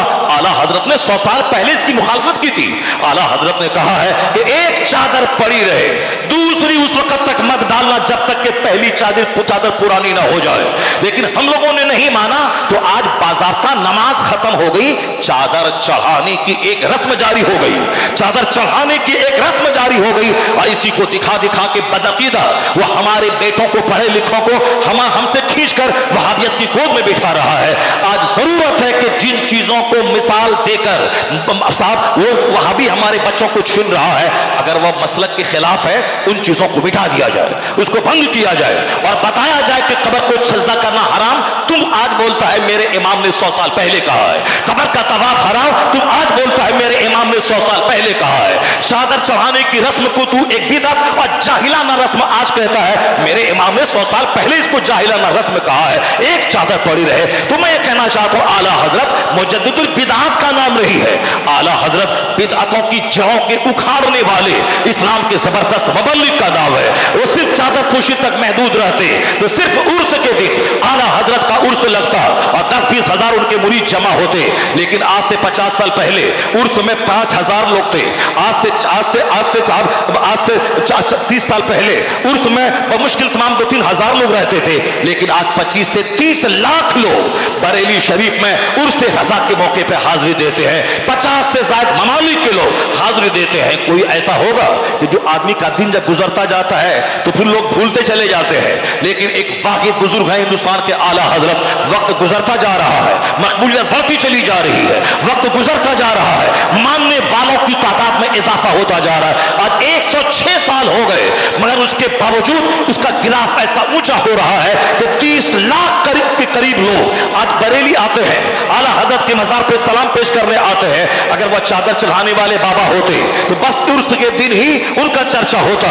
लेकिन आज आला हजरत ऑक्सफोर्ड में है रजा, कैम्ब्रिज में है रजा, हॉलैंड में है रजा, ऑस्ट्रेलिया में है रजा, श्रीलंका में है रजा, हिंदुस्तान के दिल्ली यूनिवर्सिटी में है रजा, पटना यूनिवर्सिटी में है रजा, रोहेलखंड यूनिवर्सिटी में है रजा, मैसूर यूनिवर्सिटी में इसी बिहार का एक पूत है, उन्होंने वहां से पीएचडी की डिग्री हासिल की और सबसे पहला शख्स इसी बिहार का है जो फकीह इस्लाम के टॉपिक पे डॉक्टर हसन रजा खान मसाद पीएचडी ने उन्होंने पीएचडी की डिग्री हासिल की। फिर एक नई रोशनी मिली और आज 100 के करीब लोगों ने आला हजरत पे थीसिस लिखकर डॉक्टरेट की डिग्री हासिल की है। रजा मौलाना थे, वो मदरसे के कैंपस में रहते तो मौलाना मदरसे के कैंपस में रहते, मगर एक मौलाना यूनिवर्सिटी में पहुंच गए। यूनिवर्सिटी में पहुंचे नहीं बल्कि बाज़ाब्ता 100 से ज्यादा लोग उन पर रिसर्च करके पीएचडी की डिग्री हासिल कर रहे हैं। वह हिंदुस्तान का तन्हा इकलौता आलिम है, इसलिए कि रजा ने वो अपने बाप नकी अली खां का खुतबा नहीं पढ़ा, न अपने बाप की कोई किताब आज तक नहीं लिखी। जबकि मुफ्ती नकी अली खां बहुत बड़े आलिम रब्बानी का नाम है, अपने जमाने के 10 टॉप मुफ्तियों में एक शुमार उनका होता था अब मुफ्ती नकी अली खां का। लेकिन आला हजरत ने ज़िमनी तौर पर अपने बाप के आदाब व अलकाब का जिक्र तो किया है, लेकिन कोई एक किताब अलग से मुफ्ती नकी अली खां की सवाने उम्री पर आला हजरत ने लिखी हो, हमारी निज़ाह से आज तक कोई किताब नहीं गुजरी है। आला हजरत के दादा रजा अली खां वो आलिम भी थे। ये जो खुतबे इल्मी हर गांव देहात में जो हर मस्जिदों में खुतबे इल्मी है, वो आला हजरत के दादा के शागिर्द हसन इल्मी की लिखी हुई वो किताब है और उस पर तकरीज आला हजरत के दादा की है। तो आला हजरत के दादा बड़े आलिम भी थे और दुर्वेश भी थे, बाकरामत वली थे, मगर आला हजरत की कोई तसनीफ नहीं मिलती जो अपने दादा की शख्सियत पर उन्होंने कोई किताब लिखी हो ताकि लोग दादा की बुनियाद पर मुझे पहचाने। आज किसी का बाप मर जाता है तो दूसरों को पैसे दे के किताब लिखवाता है ताकि लोग जाने कि हमारे बाप कितने बड़े आलिम थे, कि अपने दादा के नाम पे अपना तो लिखना तो जानता नहीं है, वह दूसरों को पैसे दे के लिखवाता है ताकि मेरे दादा के नाम पे कोई किताब लिखे, उसका प्रचार हो, लोग उसको जाने। मगर आला हजरत ने अपना वो दादा जो बाकरामत वली बरेली की गली से गुजर रहे हैं, ऊपर से एक तवाइफ ने होली के दिन में रंग डाल दिया, एक मुरीद आपका ऊपर चढ़ के मारने के लिए छत पे चढ़ना चाहा। रजा अली खान ने क्या कहा, मत जाओ, मत मारो, उसने मुझको रंग दिया है, अल्लाह ताला उसको रंग देगा, अल्लाह ताला उसको रंग देगा। इधर बोलना था कि ऊपर से वो तवाइफ नीचे आई और हजरत के पांव पे गिर गई, तौबा इस्तिगफार करने लगी, वह हिंदू थी, कलमा पढ़ के मुसलमान बन गई। क्या कहा रजा अली खान ने, हमको रंग दिया है, अल्लाह उसे रंग देगा। एक वली की दुआ थी, ऐसी कबूल हुई कि कुफ्र की तारीकी हटा के इस्लाम का रंग चढ़ा दिया। इतने बड़े वली, मगर आला हजरत ने एक किताब अपने दादा की बायोग्राफी और सवाने उम्री पे नहीं लिखी, इसलिए कि रजा तो मुस्तफा की बारगाह के गुलाम थे। मुस्तफा की जात पे जब भी हमला होता था, रजा का कलम मुस्तफा के तहफ़्फ़ुज़े नामूस रसालत के लिए खास था, रजा की जबान मुस्तफा की अजमत का खुतबा पढ़ने के लिए खास थी। इसलिए जब भी जबान खुली मुस्तफा की अजमत का नगमा गाया, जब भी कलम उठा मुस्तफा की रिफत व बुलंदी के तराने गाए, तराने लिखे। इस तरह नबी नबी नबी किया, 1000 किताबें लिखी, इस्लाम पर होने वाले हमले का जवाब दिया, पैगंबर आज़म अलैहिस्सलाम की इज्जत पे होने वाले तमाम हमलों का सीना सपर होकर वो जवाब दिया है कि आज पूरी दुनिया में रजा का ये कारनामा इस कदर फैल गया कि अमेरिका में इल्म गैब के के टॉपिक पे मुनाजरा होगा, हथियार अहमद रजा की लाइब्रेरी से जाएगा। आज अगर मुनाजरा मौजज़ात रसूल की सच्चाई पे श्रीलंका में होगा तो हथियार अहमद रजा के पावर हाउस से वहां जाएगा। आज अगर नूरानियत मोहम्मदी पे मुनाजरा होगा श्रीलंका में, ऑस्ट्रेलिया में, तो हथियार आला हजरत के पावर हाउस से वहां जाएगा। चादर गागर फातिहा नियाज वाले अगर पीर साहब होते तो आज जब उनको उर्स के दिन ही लोग उनको जानता, लेकिन आज सारी दुनिया जान रही है फतवा रज़विया की बुनियाद पर, खिदमत दिनिया की बुनियाद पर, कंजुल ईमान की बुनियाद पर जो उन्होंने तहरीरें छोड़ी है, जो उन्होंने वक्त के फितने को दफन किया है कि वो रजा के नेज़े की मार है, कि अधू के सीने में गार है, किसे चारा जोई का वार है, ये वार वार से पार है। तो सिर्फ सूफी बन के चादर चढ़ाने वाला उनका मुरीद मानता है, लेकिन आला हजरत को दुनिया के करोड़ों मुसलमान इसलिए इमाम मानते हैं जिनको भी लगता है कि मैं अगर गुस्ताखी रसूल से बचा हूं, मेरा ईमान बचा है, अहमद रजा की तहरीक की वजह से बचा है, तो वो अपना मुर्शिद अहमद रजा को मानता है, वो अपना इमाम आला हजरत को मानता है। और ये कयामत तक चलता रहेगा जब तक गुस्ताखाने रसूल रहेंगे और उसकी कमर आला हजरत की किताबों की मदद से तोड़ी जाती रहेगी। उस वक्त तक खुतबा किसी जाहिल सूफी का नहीं पढ़ा जाएगा, बल्कि मुजद्दिद आज़म अहमद रजा खां की इज्जत का खुतबा पढ़ा जाएगा। नारे तकबीर, नारे रिसालत, मसलके आला हजरत फैजाने बरेली शरीफ हजरत मुफ्ती शहरयार। एक तरीका है कि a man who dedicates his life for the sake of Allah, Allah gives him name, Allah gives him fame, Allah gives him popularity. एक तरीका है कि जो अपना जीवन सिर्फ बाल बच्चों के लिए सीमित रख देता है, उसके बाल बच्चे भी उसको भूल जाते हैं। जैसे आमतौर पर 40वां बरसी के बाद भूल गया बच्चा के बाप की कब्र कहाँ है। इस गांव में कितने लोग होंगे जो मर गए आज से 100 साल 200 साल पहले, मगर किसका बच्चा है जो अपने बाप की कब्र ढूंढ के वहां जाता हो? जब तक याद है तब तक तो साल में ईद की नमाज पढ़ने आया शहर से तो चला गया, फातिहा पढ़ा चला आया। लेकिन जिस बाप की ज़मीन पे वो रह रहा है, जिस बाप की ज़मीन पे खेतीबाड़ी कर रहा है, जिस दादा की ज़मीन पे मकान बना हुआ है, लेकिन उसका पोता उसका बेटा उसको भूल जाता है। लेकिन जिन लोगों ने अपना जीवन इस्लाम की खिदमत के लिए समर्पित कर दिया, तो फिर उसका बेटा रहे या ना रहे, अल्लाह करोड़ों रूहानी बेटे को पैदा कर देता है जो उनकी कब्र पे हाजिरी देता है, वहां जाके फातिहा पढ़ता है। आला हजरत हमारे समधी का नाम है क्या? नहीं नहीं। आपके समधी का नाम है क्या? नहीं। 106 साल हो गए, वो तो आला हजरत बरेली में पैदा हुए, उनके बाप दादा कबीले बरहेज के पठान थे, वह लोग बड़े बड़े खूबसूरत थे। अगर हुस्न उसके पास है, इल्म उसके पास है, ताकत उसके पास है, फन सफ़हगिरी उसके पास है। लाहौर का शीश महल उनके बाप दादाओं की यादगार है। दिल्ली का बादशाह, पूरे रोहेलखंड में 100 के करीब गांव उनके बाप दादा को उन्होंने बतौर जागीर दे दिया था कि ये सब आप इसकी आमदनी आपके लिए है। बहुत बड़े रईस घराने के लोग थे, कबीले परहेज के पठान थे। आज भी आज देख ले उस खानदान के हुस्न देख लें, अरसलान मियाँ को देख लें, साहब देखते रह जाएं, जैसा लगता है कि महफिल में कोई चांद बादलों की ओट से निकल गया हो। तौसीफ मियाँ को देख लें, साहब खानदान के बच्चे को देख लें, हुजूर कायदे मिलत अल्लामा अज़्ज़त रज़ा खां को देख लें, सरकार ताजुल शरिया को देख लें। साहब आज से 10 साल पहले उड़ीसा के एक जलसे में आए थे और अचानक बिजली गुम हो गई तो लाखों का मजमा सबने देखा कि अख्तर रज़ा खां अज़हरी का चेहरा मिसले चांद स्टेज पे चमक रहा है। लाखों का मजमा उस खूबसूरत चेहरे को तकता रहा। अमेरिका के गोरे कहते थे कि हम गोरों के मुल्क में ये गोरों का इमाम कहां से आ गया। अफ्रीका के काले कहते थे हम कालों के मुल्क में ये आसमान का सूरज जमीन पे कहां से आ गया। पूरी दुनिया में उनके हुस्न का चर्चा था, उनके इल्म का चर्चा था। जिसने देखा आज उनका नाम सुनते ही उनकी पूरी छवि उनकी आंखों के सामने आ जाती है। वो हुस्नो जमाल का मुजस्समा और इल्म और हिकमत का मुजस्समा, यह दोनों चीजें आला हजरत के खानदान में जमा थी। तो उनको हमारे बेटे से उनकी बेटी का क्या रिश्ता नाता है? दूर का भी कोई रिश्ता नाता नहीं कि उसके खानदान में हम समधी लगा लें। वह लोग तो हुस्न जमाल इल्म एतबार इज्जत मर्तबे के एतबार से बहुत बड़े हैं। लेकिन बिहार से कई हजार बसें उर्स रज़वी के मौके पे बरेली जाती है, सिर्फ बिहार से। इसलिए जितने लाख लोग वहां जाते हैं उसमें से एक नुमाया नाम बिहार, बंगाल, उड़ीसा का होता है। भले ही कुछ लोग उत्तर प्रदेश के वो बिहारी के नाम पे अपने दिमाग में बहुत सारे फतूर को पाले, वह पाले अपनी जगह। हमारा ये सबसे एकलौता आलिम दीन हाफिज कुरान और हिंदुस्तान का एकलौता वो आलिम है जो नसर में नहीं नज़म में आला हजरत की पूरी बायोग्राफी को लिख दिया हो, वह महबूब गौहर की जात है।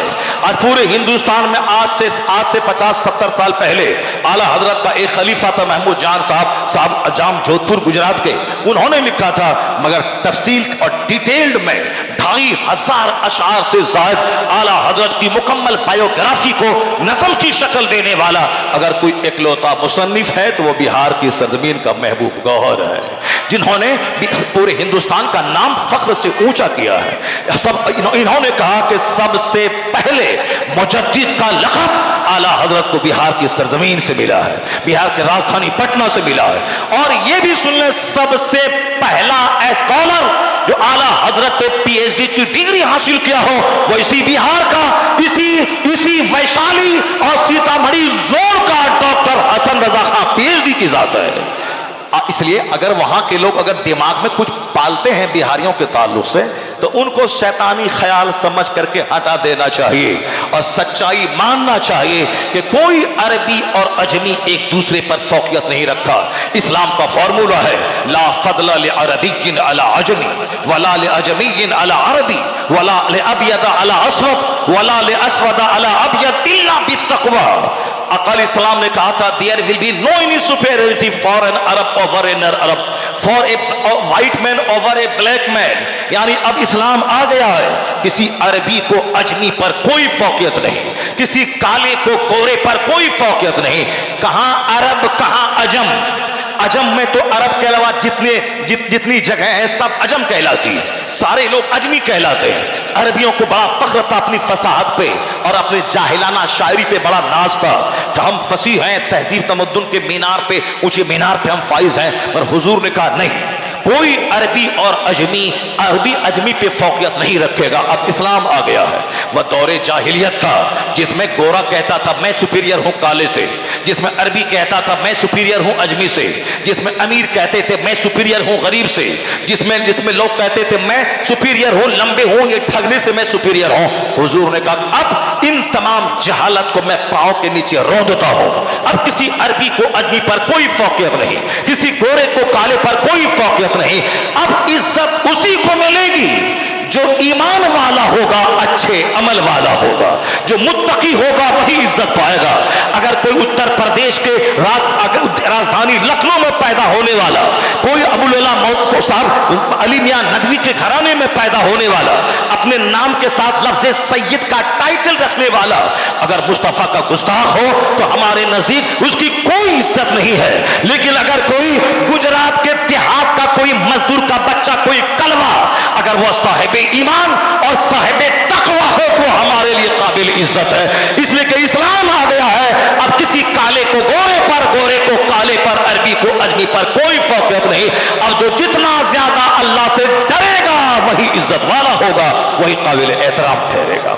यह इस्लाम का फॉर्मूला है। लेकिन बहुत सारे लोग आज भी दिमाग में पाखाना पालते हैं कि गुजराती बिहारी से अच्छे हैं, उत्तर प्रदेशी बिहारी से अच्छे हैं, या बिहार के जंगली या क्या जाने गए। इस कदर खुराफात पालते हैं कि जिस खुराफात में छोटे से लेके बड़े बड़े पढ़े लिखे लोग तक और बड़े बड़े साहिबान जुब्बा और दस्तार तक वह सब इस गिलासत में लथपथ नजर आते हैं। देखने को तो बहुत सारी बातें हैं। इसी बिहार में जलसे करते हैं, इसी बिहार के पैसे खाते हैं, इसी बिहार की बुराई बयान करते हैं। एक कम से कम एक आलिम को ऐसी बातें नहीं करनी चाहिए। हालांकि जाहिलों में ऐसी बातें नहीं है। हम पैदा हुए बिहार में, हम पढ़े लिखे बिहार में, आज हमारी तकरीरें सबसे ज्यादा उत्तर प्रदेश में हो रही है। तो अवामुन नास में इस तरह का कोई फर्क नहीं है। लेकिन चंद पढ़े लिखे लोगों के दिमाग में जहर है, और जो जहर उसकी जबान से कभी कभी लफ्ज बिहारी के गाली के लफ्ज से वह जहर निकल जाता है। तो मैं कहता हूं आपको तो नहीं बोलना चाहिए। इसलिए नहीं बोलना चाहिए कि आप जानते हैं कि इस्लाम आ गया है। इस्लाम में आपसे तक़वा परहेजगारी की अहमियत है। इन्ना अकरमकुम इंदल्लाहि अतकाकुम, ये कुरान का फॉर्मूला है। The most respected near Allah is one who is God fearing person. आप तो कुरान पढ़ते हैं, आप तो हदीस पढ़ते हैं। हदीस में हुजूर ने फरमाया कि तुम सब आदम की औलाद हो, कुल्लुकुम बनु आदम व आदमो मिन तुराब। तुम सब आदम की औलाद हो। आदम अलैहिस्सलाम मिट्टी से पैदा हुए हैं। ला फदला लि अरबिय्यिन अला अजमी। अब सिर्फ हुजूर ने क्या फरमाया आगे का जुमला, इल्ला तकवा, मगर सिर्फ इल्ला बित्तकवा, मगर सिर्फ तकवा की बुनियाद पर फजीलत होगी, तकवा की बुनियाद पर। और आप स्टेट की बुनियाद पर फजीलत की बात कर रहे हैं। और आप साहब मुल्क पाकिस्तान के कुछ लोग, उनको जुनून है कि हम पाकिस्तानी हैं, हिंदुस्तान के लोगों से अच्छे हैं। उसको ये जुनून है कि हमारा मुल्क, जबकि वो खुद हिंदुस्तानी था, हिंदुस्तान से मिले, हिंदुस्तान से अलग होकर एक मुल्क बना है। अलग मुल्क बना है तो अल्लाह की नेमत का शुक्र अदा करो, अच्छा से खाओ पियो, और फिर मगर बड़बोलेपन से काम मत लो, दूसरों को नीचा मत दिखलाओ। चूंकि आज से 70 साल के आगे जाने के बाद तुम्हारे नाम के साथ भी लफ्ज़ इंडियन का ही टाइटल लगा हुआ था। और आज हिंदुस्तानी को बुरा मत कहो, आज हिंदुस्तान के खिलाफ मत ज़बान उगलो, मत जहर उगलो। हाँ, जो जुल्म है उसके खिलाफ बोलो।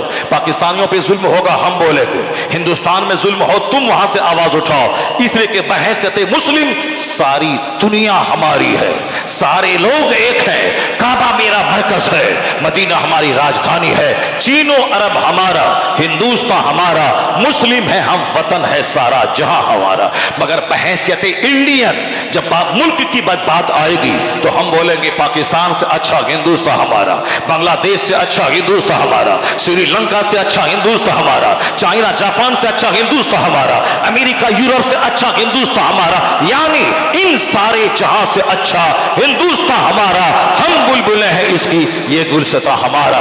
तो हमारी हैसियत इंडियन की है तो ये नगमा है, और हमारी हैसियत मुसलमान की है तो वो नारा है। और वो दोनों अशार डॉक्टर इकबाल की जबान से ही निकले हैं, वही बंदा बोला है। इसलिए हमारी हैसियत मुसलमान होने की भी है, हमारी हैसियत हिंदुस्तानी होने की भी है, हमारी हैसियत सुन्नी होने की है, हमारी हैसियत बरेलवी रज़वी होने की है, हमारी हैसियत बिहारी होने की है, हमारी हैसियत गंगा के इस पार होने की है। ये अजीब सा डरामा है। गंगा के उस पार बिहार में पटना गया का इलाका है, वह लोग गंगा के इस पार के लोगों को जंगली समझते हैं। ये साहब ये मुजफ्फरपुर का है, ये सीतामढ़ी का है, ये दरभंगा का। मैंने आज से 30 साल पहले पटना इलाके के लोगों की जबानी मैंने सुनी, अरे वो गंगापुर का जंगली, यानी गंगा पार का जंगली। हम आज से 30 साल पहले मैं पटना के बाजू में रहता था और वहां के लोगों को कहते हुए सुना। मैंने कहा देखिए, एक तो सुना था कि उत्तर प्रदेश के लोग बिहार को जंगली कहते हैं, अब यहाँ बिहार के लोग ही गंगा के इस पार और उस पार लेके बैठ गए हैं कि इस पार के लोग पौष, उस पार के लोग जंगली।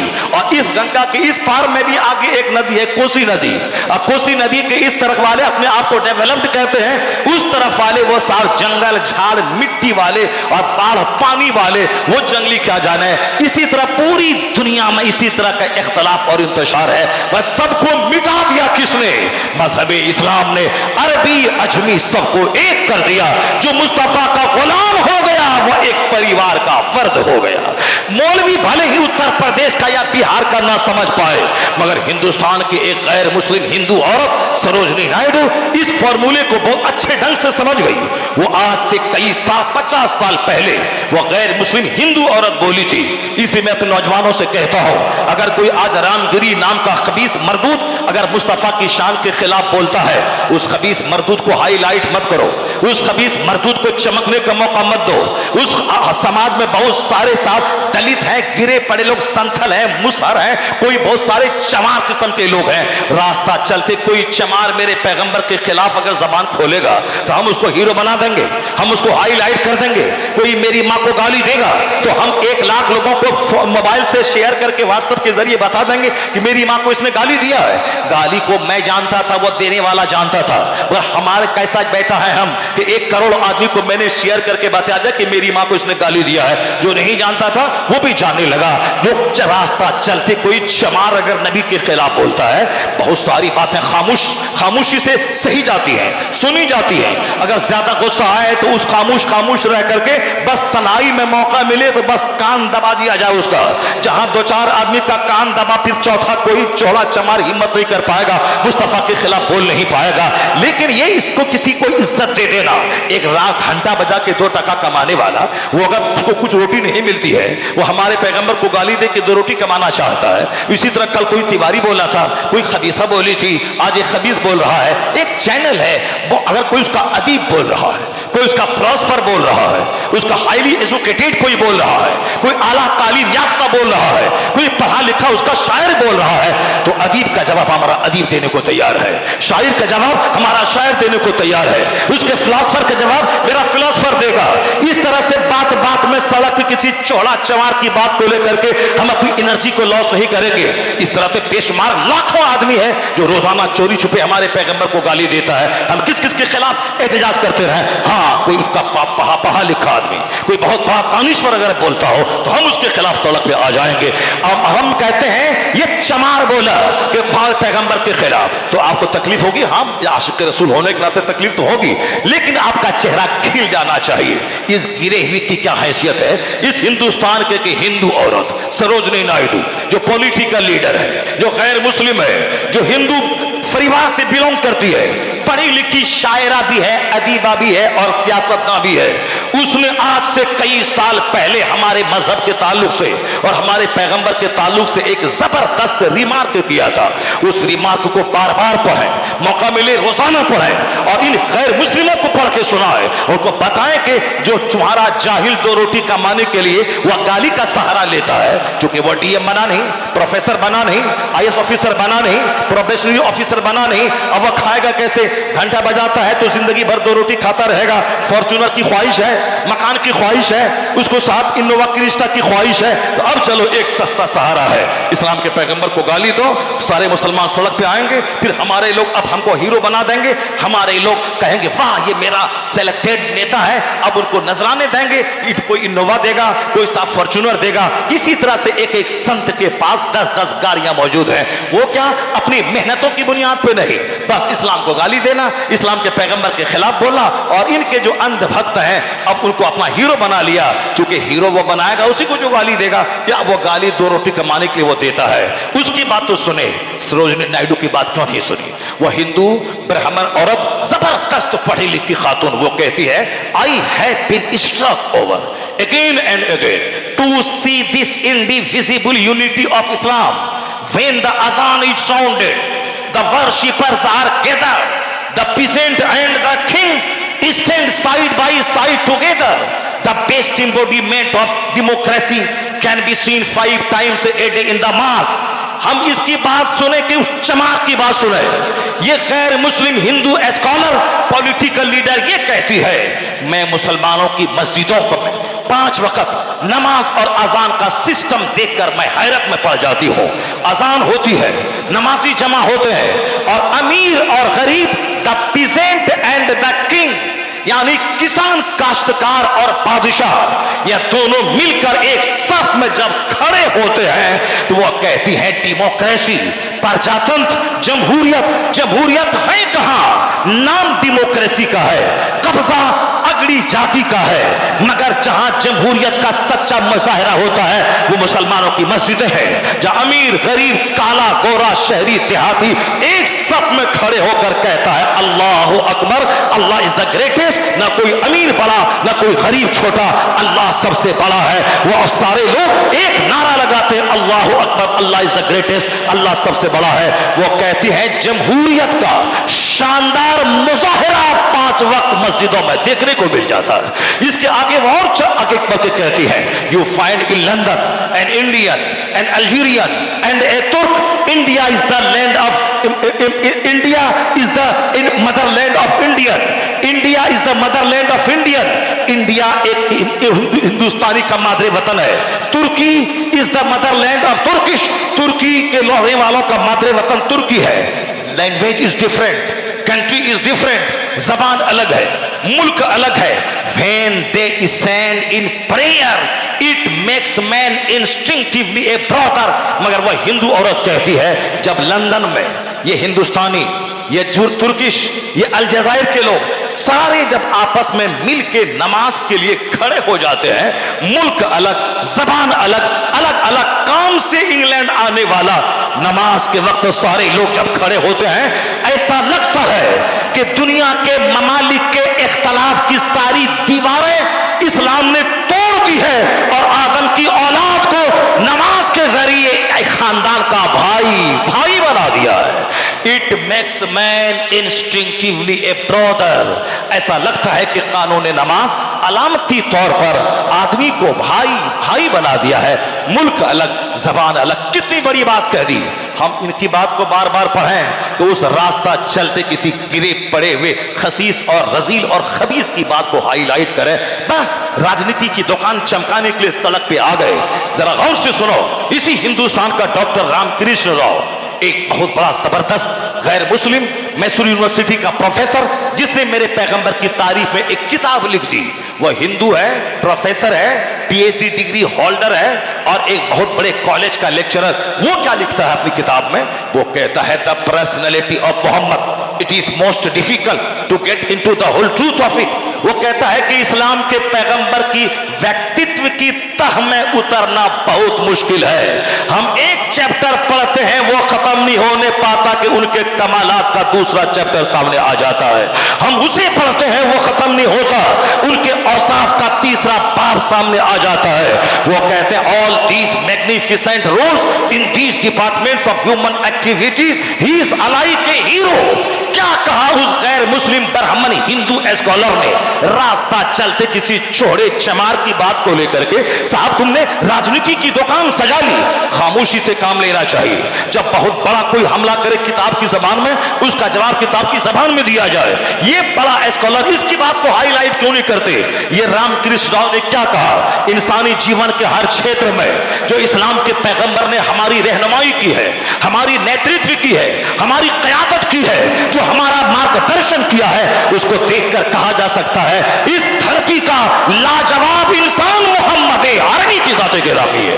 वो कहते इस धरती का हीरो, अपनी जबान में इस धरती की अबतरी शख्सियत पैगंबर आजम अलैहिस्सलाम की जाते गिरामी है। वो कहते इनका कोई जवाब पूरे विश्व में नहीं है। ये तो हिंदुस्तान के लोगों की बात हो गई।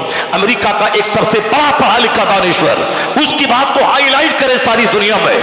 डॉक्टर माइकल हार्ट का जवाब हिंदुस्तान के पास नहीं है। जो अपने जमाने का सबसे बड़ा साइंटिस्ट, जो अपने वक्त का सबसे बड़ा लायर, एडवोकेट, उसने ठान लिया था कि दुनिया में जितने लोग पैदा हुए और जो जिस क्षेत्र के महान थे, उन तमाम महान लोगों की जिंदगी को मैं पढ़ूंगा। उन लाखों करोड़ों में से मैं 100 को छांटूंगा। उस 100 में मैं रैंकिंग करूंगा जो दुनिया के हर जबान, दुनिया के हर मुल्क को अपनी तालीमात, अपनी व्यक्तित्व की छवि से प्रभावित करे। मैं उसी आधार पे उसकी रैंकिंग करूंगा कि अव्वल नंबर पे कौन आएगा।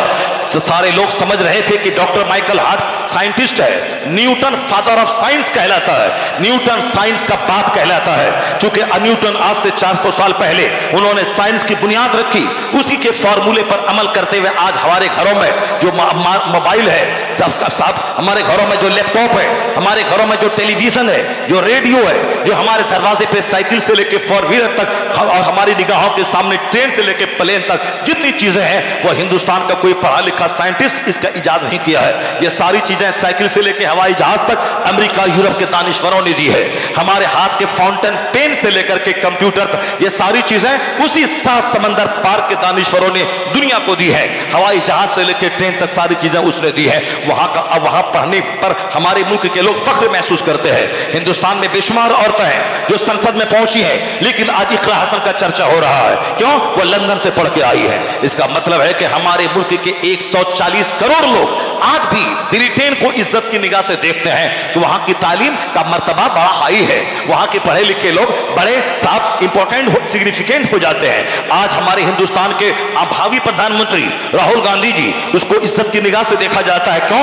ये दिल्ली यूनिवर्सिटी के प्रोडक्ट नहीं है, ये कैम्ब्रिज के पढ़े हुए हैं। इसका मतलब है कि कैम्ब्रिज का अपना एक महत्व है, ऑक्सफोर्ड का महत्व है। तो हिंदुस्तान का लुच्चा लफंगा अगर हमारे पैगंबर के खिलाफ बोलता हो तो इन लुच्चों का जवाब हम नहीं देंगे। उसी 7 समंदर पार का दानिश्वर जिसने हवाई जहाज दुनिया को दिया है, जिसने ट्रेन दुनिया को दिया है, उसी अमेरिका का डॉक्टर माइकल हार्ट, उसने दुनिया के सारे विद्वानों की जिंदगी को आंख की पुतलियों में समेट लिया और उनके सामने 100 बड़े इंपॉर्टेंट लोग थे। उसमें गांधी भी थे, चर्चिल भी थे, नेहरू भी थे, गौतम बुद्ध भी थे, महावीर भी थे, न्यूटन भी थे, आइंस्टाइन भी थे, लेनिन स्टालिन भी थे, मसूलिनी भी थे, हिटलर भी थे। ये जितने बड़े बड़े लोग लोग कहलाते हैं, कोई राजनीति क्षेत्र के, कोई अदब के क्षेत्र के, शायरी के शोबे के, सियासत के शोबे के, एग्रीकल्चर के शोबे के, जितने भी डिपार्टमेंट्स हैं, हर डिपार्टमेंट में तो महान लोग हुए हैं। उन सारे महानों की जिंदगी को पढ़ लेना, उसके बाद अब उसको एक शौक में रैंकिंग करना कि अव्वल नंबर पे कौन, 2 नंबर पे कौन, जो दुनिया के हर घर को प्रभावित किया हो, दुनिया का सबसे बड़ा महानतम कामयाब तरीन इंसान हो, उन्होंने मेहनतें की और कहा था मैं अकीदत की बुनियाद पर रैंकिंग नहीं करूंगा कि मैं मोहब्बत जिसकी तरफ ज्यादा हो मैं उसका नाम ले लो, नहीं, मैं हकीकत की बुनियाद पर रैंकिंग करूंगा। चाहे मेरी तबीयत के खिलाफ, मेरे मजहब के खिलाफ किसी का भी नाम आ जाए, सच्चाई रियलिटी की बुनियाद पे मैं रैंकिंग करूंगा। अव्वल नंबर पे, 2 नंबर पे कौन आएगा? लोग खिचड़ी पकाते थे, ये क्रिश्चियन है, जीसस क्राइस्ट का नाम अव्वल नंबर पे जरूर देंगे, और या नहीं तो ये साइंटिस्ट है न्यूटन जो फादर ऑफ साइंस कहलाता है, उसका नाम जरूर देंगे। आज चुके दुनिया के 1000 करोड़ लोगों के घरों में कुछ न कुछ साइंटिफिक इजादात मौजूद है, मोबाइल से लेकर फ्रिज तक, ये सारी चीजों के पीछे न्यूटन के दिमाग का हाथ है। इसलिए ये न्यूटन इस दौरे साइंस का सबसे बड़ा रहनुमा माना जाता है, जरूर उसका नाम अव्वल नंबर पे आएगा। लेकिन जब द 100 नामी किताब जब प्रेस से छप के बाहर निकली, सबकी कयास आराइयां फॉल्स हो गई, और डॉक्टर माइकल हार्ट ने द 100 नामी किताब छाप के दुनिया के मानस पटल पे रखा।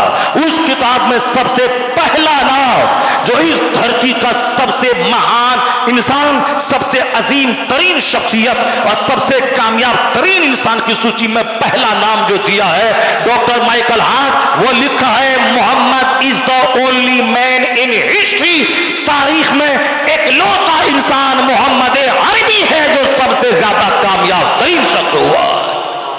उन्होंने तकबीर, जोर से बोले, हाथ उठा के बोले, नारे तकबीर, नारे रिसालत, हुजूर मुफ्ती शहरयार रजा साहब किबला, उनसे तारीख़ मिल्लत। ये किताब 1978 में छपी।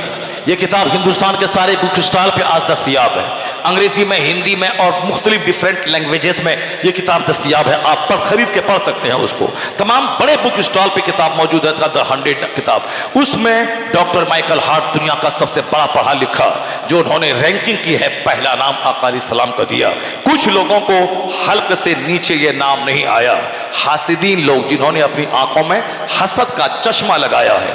मदीने के यहूदी इंतजार करते थे कि आखिरी पैगंबर हमारे खानदान से आएंगे, मगर जब खानदान इस्माइल से आखिरी पैगंबर आए, हसद में, दुश्मनी में जानबूझकर तमाम औसाफ व कमालात को तौरात में पढ़ते थे, जिसकी तस्दीक इंजील ने की।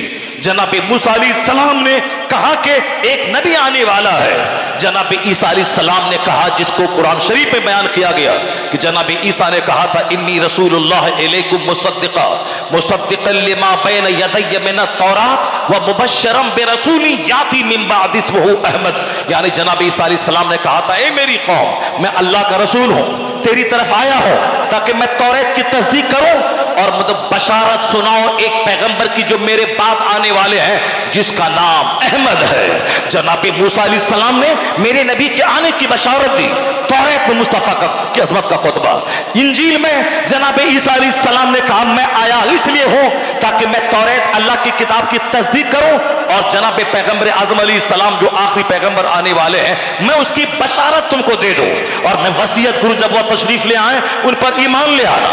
चूंकि अल्लाह ने आलम अरवाह में सारे पैगंबरों की रूहों से इकरार लिया है कि मैं तुम सबों को मैं हिदायत और दीन हक दे के भेजूंगा, लेकिन अगर उसी दरमियान मेरा आखिरी महबूब आ जाए तो तुम सब उनकी मदद करोगे और उनकी तायीद करना, मदद करना और उनका साथ देना, उनकी मदद करना। तो हम लोगों ने इकरार वहां किया है। आलम अरवाह में पैगंबरों की अलग अलग महफिल में अल्लाह रब्बुल इज्जत ने अपने महबूब की आमद की बात की। तौरात में है, इंजील में है, मगर वही मदीना के यहूदी जो इंतजार में थे मुस्तफा की आमद के, लेकिन जब हुजूर आ गए खानदान बनु इस्माइल में, वो सोचते थे कि यह आखिरी पैगंबर हमारे खानदान बनी इस्राइल में से आएंगे। तो हसद में, चिढ़ और जलन में यहूदी तबाह हो गए, बर्बाद हो गए, बदतरीन अजाब के शिकार हो गए। पैगंबर आजम उनके मानने वालों ने खदेड़ के उसे मदीने तैयबा से बाहर निकाल के फेंक दिया, और यहूदी तब से खदेड़े जा रहे हैं। आज से 50-70 साल पहले हिटलर ने 30 लाख यहूदियों को खदेड़ के भगाया जर्मनी से, अब मारा काटा उसे जलील किया। ये जलील कौम है। चंद लोगों को जिंदा छोड़ दिया कश्ती में समंदर में, ताकि ये जिंदा रहें और आने वाले दिलों में भी जुल्म करें, और इनके जुल्म को देखकर लोग पहचान ले कि हिटलर ने जो 30 लाख यहूदी को काटा था वह जुल्म नहीं किया था, यह लोग मुस्तहिक था कि इन खबीसों को ऐसा ही काटा जाए। आज गाजा को जो खंडर बनाया, वहां की औरतों वहां के बच्चों को जो ज़बह किया, वो हमास तो जिंदा है आज तक। यह मरदूद कहता था कि 3 दिन के अंदर हमास को मिटा देंगे, मगर आज 7 अक्टूबर को 1 साल होने वाला है, मगर यह खबीस उसे मिटा नहीं सके। हमास जिंदा है और रोजाना यहूदियों को ज़बह कर रहा है, मगर ये जो 50,000 लोग मारे गए वो औरतें हैं, बच्चे हैं। तो औरतों और बच्चों और बीमारों को मारने वाला, स्कूल को तोड़ने वाला और फिर हॉस्पिटल को तबाह करने वाला, यह दुनिया का सबसे बदतरीन कौम ही हो सकती है। सबसे दुनिया का बदतरीन इंसान ये यहूदी है।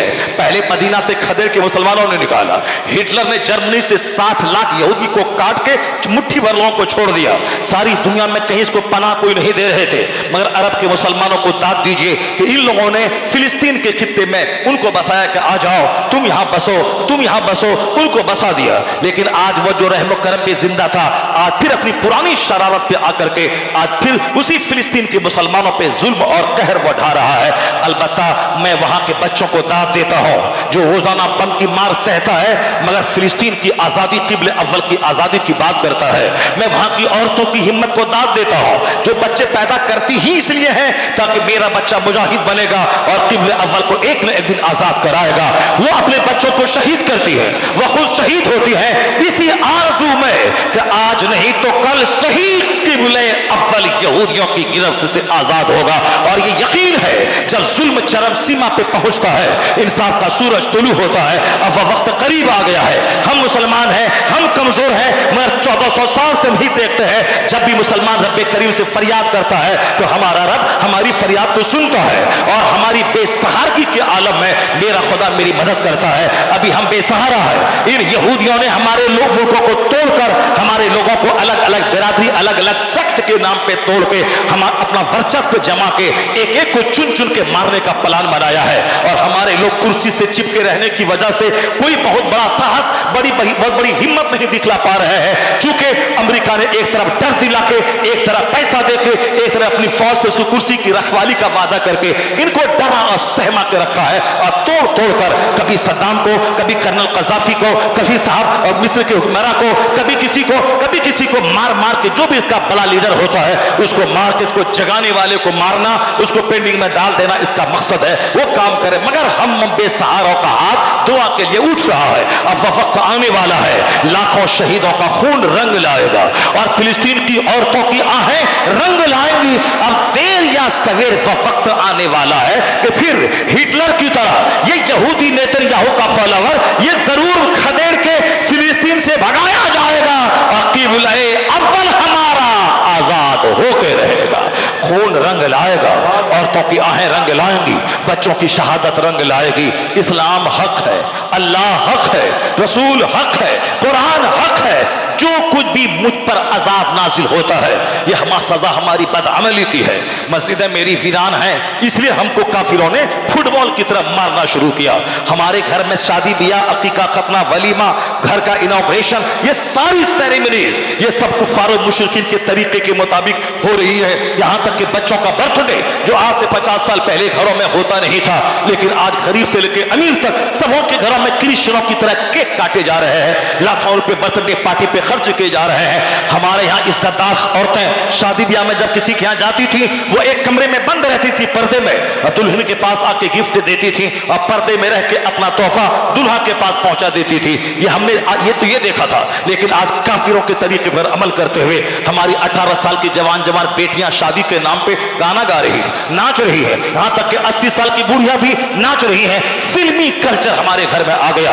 शादी ब्याह, अकीका, खतना फिल्मी कल्चर के तौर पर बर्थडे पार्टी फिल्मी कल्चर के तर्ज पर लिबास हमारा जो हमारे बच्चों के मुंह में 24 घंटे गुटखा साहब, हमारे बच्चों के सर के बाल का हेयर स्टाइल, वह जोकरों और फिल्म में काम करने वाले हीरो की नकल पे, उनका फटा हुआ पैंट, उनके हाथ का धागा, उनके गले का चैन, ये सारा जोग्राफिया होलिया बताता है कि सारा लिबास सबकी नकल, ये काफिरों की नकल कर रहा है। जब लिबास काफिरों जैसा, शादी ब्याह की तकरीब काफिरों जैसी, हमारी बहन बेटियों का लिबास जींस और टी शर्ट पहनना काफिरों जैसा, हमारे जवानों के बोलने का अंदाज, चलने का अंदाज सब काफिरों जैसा, फिर हम कैसे उम्मीद करें कि अल्लाह रहमतों की बारिश करेगा?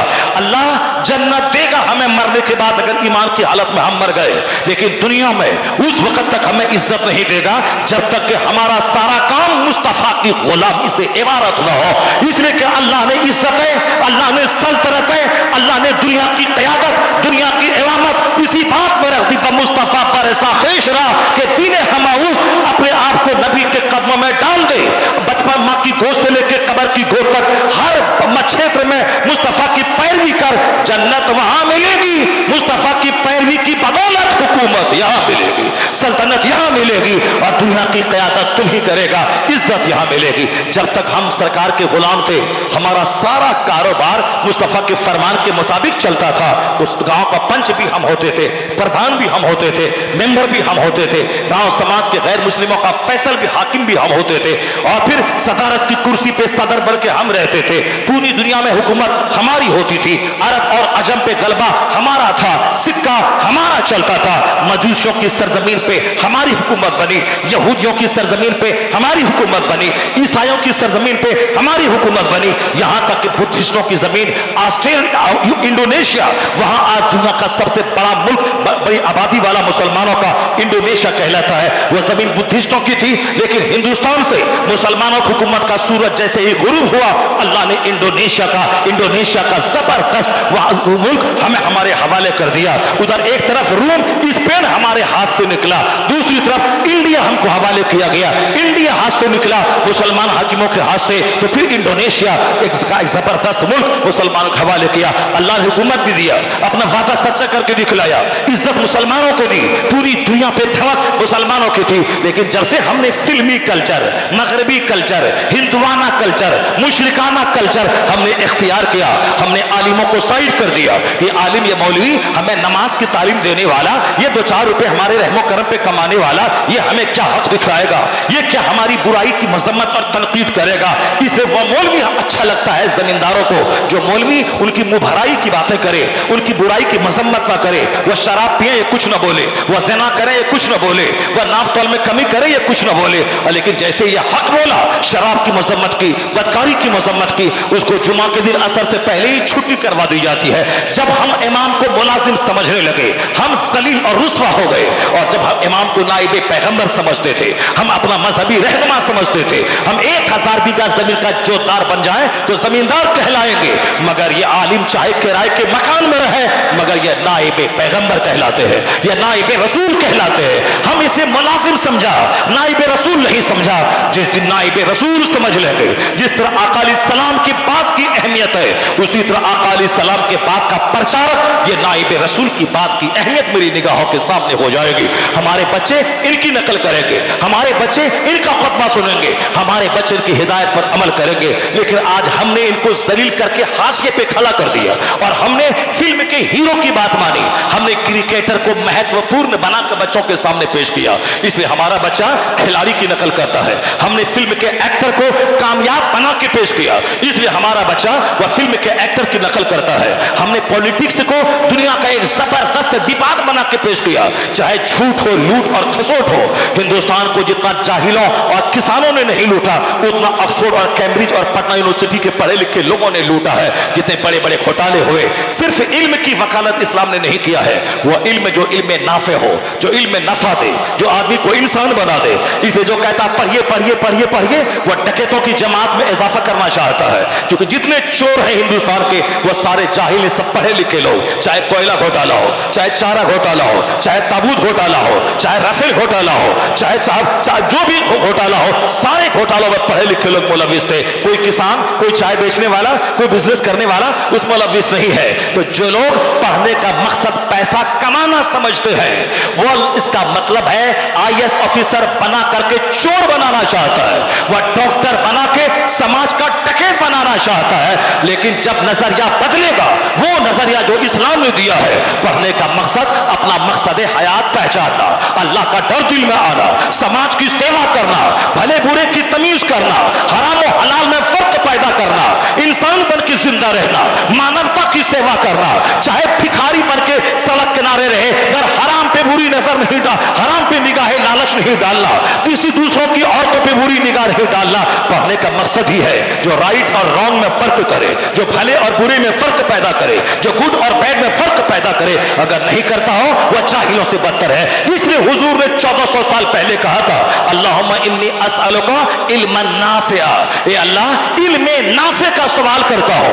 और हुजूर कहते थे, अल्लाहुम्मा इन्नी अऊज़ु बिका मिन इल्मिन ला यनफा, ए अल्लाह मैं तुझसे उस इल्म से पनाह मांगता हूं जो इल्म नफा न दे, जो इल्म नफा न दे, जो नॉन प्रॉफिटेबल नॉलेज हो, उससे मैं तेरी पनाह चाहता हूं। और जो प्रॉफिटेबल नॉलेज हो, यानी जो हमें आदमी बना दे, अल्लाह का डर उठा दे, जो हमें माँ बाप का एहतराम बता दे, जो पड़ोसी की इज्जत सिखा दे, जो रिश्तेदारियों का महत्व बता दे, आदमी बना दे, वो इल्म दुनिया से आज मिट रहा है। क्यों?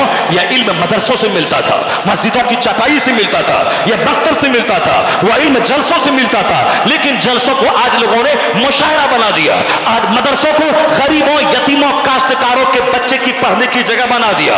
स्कूल और कॉलेज को बड़े बड़े पौश और मालदार अरबपति अपने बच्चों को वहां पढ़ाएंगे, अपनी बच्चों को वहां पढ़ाएंगे। तो जहां से मानवता का सबक मिलता था वह इदारे तो बंद होने लगे। इंसान बनाने की फैक्ट्री ये मदरसा, इंसान बनाने की फैक्ट्री ये खानका, इंसान बनाने की फैक्ट्री दीनी मजलिस है, यह फैक्ट्री बंद होने लगी। जब फैक्ट्री बंद होगी प्रोडक्शन कम होगा, जब पैदावार कम होगी तो चोरों की तादाद में इजाफा हुआ, डकैत में इजाफा हुआ, लुच्चों लफंगों, दूसरों की औरतों की आबरू लूटने वाले लुटेरों में इजाफा हुआ।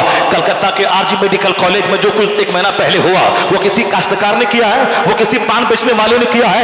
एक बहुत बड़े मेडिकल कॉलेज के प्रिंसिपल जिसमें मुलविस है, और उसका साहब, उसका गुर्गा जो मुलविस है, कोई जाहिल चपरासी औरत नहीं थी, वो साहब लेडी डॉक्टर थी।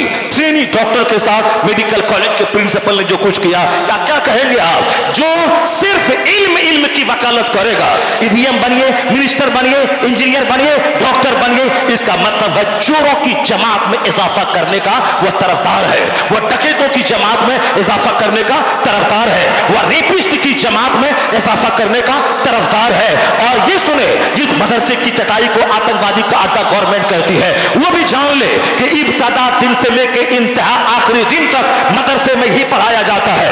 यह जायज है या नाजायज है? जायज करना, नाजायज से बचना, यह हराम है, यह हलाल है, हलाल करना, हराम से बचना, और यह अच्छा है, इसको करना, यह बुरा है, इससे बचना।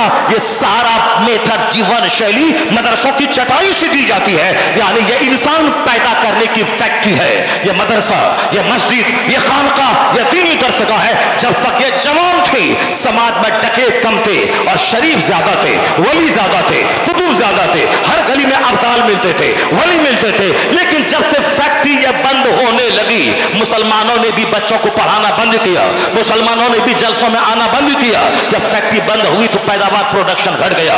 अब जब वो पैदावार बढ़ी तो वहां से चोर बढ़े, रेपिस्ट बढ़े, आतंकवादी बढ़े और सब घोटालेबाज बढ़े। अब लोग कहते हैं अरे नहीं, मॉरल एजुकेशन, नैतिक शिक्षा। अगर आज चाहते हो कि इंसान बढ़े तो तुम्हें मदरसों को इंसान बनाने की फैक्ट्री थी, इसको प्रोत्साहन देना होगा, इसको बढ़ाना होगा, जलसा जुलूस को बढ़ाना होगा, मस्जिदों के मकतबों को महत्व देना होगा। जब दोबारा ये इंसान बनाने की फैक्ट्री परवान चढ़ेगी, प्रोटेक्शन बढ़ेगा, तो चोरों की तादाद घटेगी, वलियों की तादाद में इजाफा हो जाएगा। क्या बात है? नारे तकबीर, नारे रिसालत, फैजाने औलियाए किराम, मसलके आला हजरत, उर्से तारीख़े मिल्लत, खलीफे ताजुश शरिया। हमने वहां से चैप्टर खोला था, हसद और जलन में लोग आका अलैहिस्सलाम की शान में गुस्ताखी करने लगे।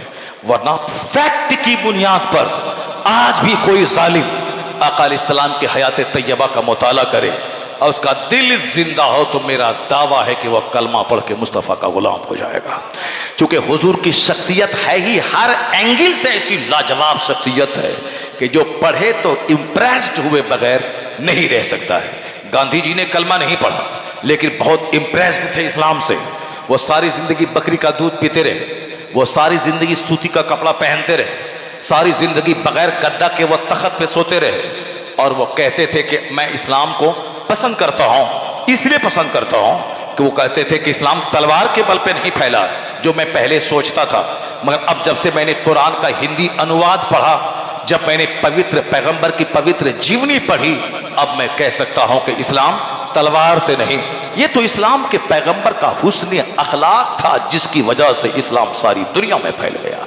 इस्लाम सबसे पहले अखलाक का महत्व बताया है। आका अलैहिस्सलाम की आमद के बाद इल्म का नूर दुनिया में जगमगाया। एक भी स्कूल नहीं था दुनिया में, लेकिन क़यामत तक जो करोड़ों स्कूल कायम होंगे इसका सारा सहरा मुस्तफ़ा जाने रहमत के सरे अक़दस पे जाएगा। क्योंकि उस वक़्त में कोई मकतब नहीं था। आज से 1400 साल पहले हुजूर ने कहा पढ़े लिखे बगैर कोई बड़ा काम नहीं हो पाएगा।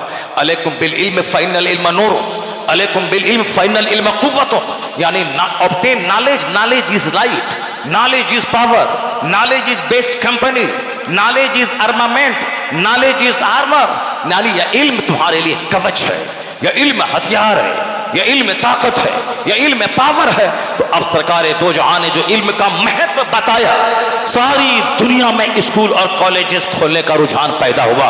आज से 100 साल पहले का कॉलेज वो भी मानवता के पाठशाला था, लेकिन आज इस दौरे जदीद में जब से फिल्मी कल्चर, मगरबी कल्चर हिंदुस्तान में आया, तब से सही इल्म का तस्वुर दिल दिमाग से उठता चला गया। तो हसद जब तक रहेगा तब तक इसी तरह से चिढ़ने वालों की तादाद बढ़ती रहेगी। मैं आपसे कहना चाहता हूं, हकीकत की बुनियाद पर डॉक्टर माइकल हार्ट ने जो कहा, इसी तरह एक दूसरा दानिश्वर वो हसद को हटा करके उन्होंने रियलिटी, सच्चाई की तलाश करते हुए आगे बढ़ के कहा, all standard by which human greatness may be measured is any one greater than he. सरकार की सीरत की बात चली है, माह रबीउन नूर चल रहा है, इसे मैं आका की सीरत के हवाले से, अपनी बातें तो आप सुनते ही रहते हैं। आका अलैहिस्सलाम की उंगली उड़ गई, डूबा हुआ सूरज पलट आया, सरकार का इशारा हो गया, चांद के 2 टुकड़े हो गए। आका अलैहिस्सलाम का नक्शे कदम, सरकार का कदम पड़ा, पहाड़ के सीने पे नक्शे कदम उभर आया, पत्थर ने कलमा पढ़ा। ये सारी चीजें तो बचपन से आप सुन रहे हैं और हम लोग भी सुन रहे हैं, लेकिन इस फित्नो फसाद के वक्त में इन लोगों ने पैगंबर की तौहीन का एक सिलसिला शुरू किया है। कोई सरकार की शादी को लेकर आगे बढ़ता है, कोई आका अलैहिस्सलाम की छवि को खराब करने के लिए अपनी तरफ से गढ़ करके कोई इख्तराई बात सामने लाता है। ऐसे वक्त में जरूरत है कि इन खबीसों का जवाब इसी की जमात के बड़े पढ़े लिखे स्कॉलर की किताबों से उसको दिया जाए कि तुमने जलन की बुनियाद पर ऐसा समझा, मगर तुम्हारी ही बिरादरी का एक तुमसे करोड़ों गुना ज्यादा इल्म रखने वाला उसने पैगंबर को क्या कहा, हम उनकी माने कि तुम जैसे रजील की माने। वह यूरोप का दानिश्वर कहता है, all standard by which human greatness may be measured is any one greater than he. वो कहते हैं इंसान की अजमतों को नापने का, इंसान की अजमतों को जांचने का कि कौन महान है, कैसे हम समझें, किस कसौटी पे परखें कि ये महान है। वो कहते हैं जितनी कसौटी, जितना पैमाना, जितना मेयार इंसान की बुलंदी को जांचने का हो, सारा पैमाना ले आओ, तमाम कसौटी और मेजरमेंट को लाओ और उस कसौटी पे जांचो और परखो। तो वो कहते हैं doctor Lamartine, is any one greater than he. पूरी तारीख में कोई है जो मुस्तफा से बड़ा मिल पाए, पूरी इंसानी तारीख में मुस्तफा से बड़ा नहीं मिल पाएगा, चाहे जिस कसौटी पे तुम जांचो। इसलिए रजा ने कहा आज से 100 साल पहले न स्कॉलर बड़ा, न थिंकर बड़ा, न वैज्ञानिक बड़ा, न कोई प्रोफेसर बड़ा, सबसे आला व औला हमारा नबी, सबसे बाला व वाला हमारा, सारे ऊंचों में ऊंचा समझिए जिसे है उस ऊंचे से ऊंचा हमारा नबी। अब बस एक बात मैं थोड़ी सी और कर दूं, जिस ताल्लुक से मैंने कुरान पाक की आयत करीमा पढ़ी थी, मैं उसकी वजाहत कर दूं, क्योंकि बहुत सारे बच्चों के दिमाग में कंफ्यूजन पैदा होता है और उस कंफ्यूजन का इलाज हम नहीं करेंगे तो वो बच्चों के दिमाग की सफाई नहीं हो पाएगी। वो अगर कुछ नहीं बोलेगा सरकार की मोहब्बत में, मगर दिमाग में बात तो चल सकती है, इसलिए उगाहे बगाहे उसकी वजाहत होती रहनी चाहिए। एक बात इन्होंने ये कही कि इसके पैगंबर ने 9 साल की खातून से निकाह कर लिया और इतनी छोटी बच्ची से निकाह कर लिया, इन्होंने ऐसा कर लिया। अब बिल्कुल झूठ और अफवाह फैलाने में और कोई बात नहीं मिली तो इन्होंने तारीख के हवाले से बस इसको उन्होंने कहा कि छोटी बच्ची से शादी कर ली, जबकि इस्लामी तौर पर इसकी वजाहत 1400 साल से हमारे विद्वान करते आ रहे हैं। इसलिए कि अगर यह बात अरब के कल्चर में मायूब होती तो कभी सिद्दीक अकबर अपनी लाडली बेटी को अपने नबी पैगंबर अलैहिस्सलाम के निकाह में नहीं देता, क्योंकि अरब के कल्चर में यह बात आम थी कि नाबालिगी में शादी होती थी और बालिग होने के बाद रुखसती होती थी। अब जब औरत बालिग हो गई, उनका शौहर चाहे 16 साल का रहे, चाहे 18 साल का रहे, चाहे 50 साल का रहे, बालिग होने के बाद हक के ज़ौजियत अदा करने के लिए बुलूगत काफी है। अब रह गई बात, चूंकि मेरे पैगंबर का सारा काम अल्लाह की मर्जी के मुताबिक होता है, वो अल्लाह का पैगाम लेके दुनिया में आए, इसलिए सरकार की पूरी जिंदगी को देखना होगा। पहली शादी जब मुस्तफ़ा ने आलमे शबाब में यानी 25 साल की जवानी में जब आपके हुस्न जमाल का चर्चा पूरी दुनिया में था, वो तो अबू हुरैरा कहते हैं रज़ी अल्लाह तआला अन्हु, नबी का चेहरा ऐसा था कान्ना शम्स तजरी फी वजही, गोया मुस्तफ़ा के चेहरे पे कोई सूरज तैर रहा हो। अबू हुरैरा कहते हैं सरकार का कांधा मुबारक ऐसा लगता था जैसे किसी चांदी को ढाल दिया गया हो। इस तरह के सारे तजर्बात जो सहाबा ने देखे थे, जो किए थे, वह सब हदीस की किताबों में मौजूद है। हुजूर से ज्यादा खूबसूरत इस रुए जमीन पे कोई पैदा ना हुआ। हुस्न यूसुफ मशहूर है पूरी दुनिया में, मगर जनाब यूसुफ का हुस्न वह हुस्न सबा ही था जिसमें वाइटनेस थी, और आका के हुस्न में मलाहत थी जिसमें सॉल्टनेस नमकीनियत थी, और नमकीन हुस्न इसका मेयार ही अलग होता है। आका अलैहिस्सलाम को देखने के बाद सबके चेहरे पे हैबत तारी होती थी। लोग कहते थे इन्ना लिहासल गुलाम लशाना, बचपन में लोग देख के कहते थे इनका मुस्तकबिल बहुत रोशन है। खूबसूरती जवानी में और निखर गई थी। सैयदा खदीजा 40 साल की अधेड़ औरत जो 2 शौहर से बेवा हो चुकी थी, लेकिन पैगंबर आजम 25 साल की उम्र में चाहते तो 16 साल की 1 दर्जन से ज्यादा खूबसूरत तरीन मक्का की औरतों से निकाह कर सकते थे, जबकि बड़े बड़े खानदान की मस्तूरात तमन्ना करती थी कि अब्दुल्ला के चांद से मेरा अक्द हो जाए, मेरी नस्लें फख्र करेगी, मेरा खानदान फख्र करेगा। ऐसा हसीनो जमील, ऐसा बाखलाक, ऐसा सादिकुल वाद, ऐसा अमीन शख्स और हुस्नो जमाल का साथ पर तो जिसके चेहरे पे सूरज दौड़ रहा हो, वो मेरे निकाह में आ जाए। मगर हुजूर ने उस जमाने में, जबकि 25 साल में शादी की औरतों की चाहत आम लोगों में होती है, मगर सरकार अंधकार मिटाने आए थे, गलत रीति रिवाज को जड़ से उखाड़ने आए थे। उसका आगाज अपनी जिंदगी से किया कि बेवाओं को लोग मनहूस समझते हैं, उनके सरों पे बकरी की मेमनियां डालते हैं, बाप अपनी बेटी को कातिल और डाइन समझकर उसको बोझ अपने लिए समझते हैं। कसूर क्या है इस औरत का जिसकी शादी के बाद उनका शौहर अपनी मौत से मर गया? यह समाज का कितना बड़ा जुल्म था कि बाप अपनी बेटी को वो साहब डाइन और कातिल समझता था। यह गलत रीति रिवाज का खात्मा कैसे हो? आका अलैहिस्सलाम ने अपनी जिंदगी से उसका आगाज किया। 40 साला औरत, 2 शौहर से बेवा, अगर चाहत की बात करता है यह कबीस, तो 25 साल की जवानी में 18 साल की 1 दर्जन दोशीजाओं से अक्द कर लेते, तब तुम कह सकते थे कि ये औरतों की चाहत इसके अंदर में है, ये ऐश और लज्जत की खातिर उन्होंने शादी की है। 25 साल की जवानी में 40 साल अधेड़ औरत से निकाह करने में हिकमत यही थी कि अब जो 40 साल के बाद नबूवत का ऐलान करने वाले हैं, इनका हर काम खुदा की पसंद के मुताबिक होने वाला है। दुनिया में नूर फैलेगा, दुनिया से अंधकार निकलेगा, सारे मजलूमों को हक मिलेगा। उसका आगाज ऐलान नबूवत से पहले अपनी जिंदगी से प्रैक्टिकल में शुरू कर दिया कि बेवाएं अभागन नहीं रहेंगी, उससे शादी करके बता दिया अब कयामत तक गलत रीतियों को मिटाया जाता है, अब कयामत तक बेवाओं को हाथ रंग जहांगीर करने का मौका अता किया जाता है। इसका मतलब है कि सरकार की बायोग्राफी को पढ़ना होगा कि उनके काम की हिकमत क्या थी। उनके काम की यह हिकमत थी। बाकी 50 साल जाने के बाद जब शादी की चाहत आम तौर पर घट जाती है, 50 साल जाने के बाद शादी की चाहत घट जाती है आम तौर पर आम इंसानों में, लेकिन पैगंबर आजम अलैहिस्सलाम चूंकि एक्स्ट्रा ऑर्डिनरी पर्सनैलिटी के मालिक थे, उनका सारा काम अल्लाह रब्बुल इज्जत की मर्जी के मुताबिक होता था। 50 साल तक आपने जो भी शादियां की हैं, आपकी 10 बीवियां वो या तो तलाकशुदा हैं या फिर बेवा हैं।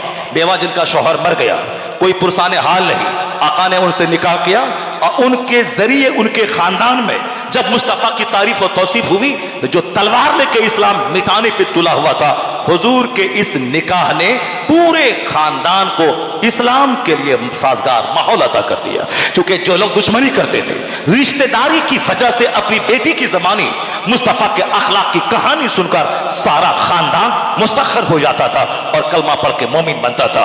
हजरत खालिद इब्ने वलीद जैसा बहादुर, वो हजरत मैमूना रज़ियल्लाहु ताला अन्हा के निकाह के बाद ये उनका भतीजा था जो सैफुल्लाह अलवा की तलवार कहलाते हैं। वो अल्लाह की तलवार हजरत मैमूना जो बेवा थी उनसे सरकार ने निकाह किया। अपनी फूफी की जबानी आका के अखलाक की कहानी सुनकर अल्लाह की तलवार जो बाद में कहलाए वो कलमा पढ़ के मोमिन बना। शादी की हिकमत यही थी। और आपकी सारी बीवियां 50 प्लस थी, 40 प्लस थी। 40 प्लस जाने के बाद औरतों की कुव्वत याददाश्त का क्या हाल होता है वह सबको मालूम है। एक बीवी तो चाहिए मुस्तफ़ा को जो हुजूर की सारी अदाओं की नकल करे, जो हुजूर की सारी बातों को गेट बाई हार्ट करे, जो सरकार चूंकि सारी कायनात के आखिरी पैगंबर आए हैं, इनका बात एक फाइनल मैसेज है पूरी दुनिया के लिए। तो मजमे में अबू हुरैरा ने सुना, उसने बयान किया, अब्दुल्ला इब्ने उमर ने सुना, उसने बयान किया, लेकिन सरकार घर के हुजरे में क्या कर रहे हैं ये दुनिया वालों को कैसे पता चले। इसलिए कोई एक खातून चाहिए आपकी बीवी, जो बीवी कयामत तक की औरतें जो दुनिया की आधी आबादी है उनके पैगाम उन तक पहुंचे।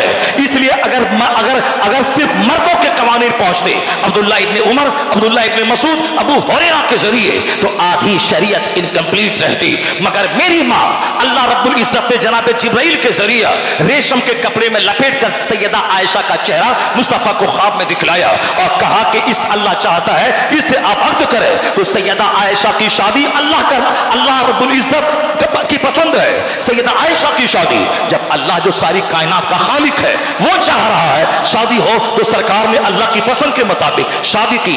सैयदा आयशा कम उम्र में शादी हुई, लेकिन मदीना हिजरत करने के बाद जब आप जवान हो गई, जब शौहर के पास रहने के काबिल बन गई, तब आपकी रुखसती हुई है अरब के कल्चर के मुताबिक। ऐसा नहीं कि बचपन शादी तो बचपन में हुई नाबालिगी में, लेकिन जवान होने के बाद रुखसती हुई।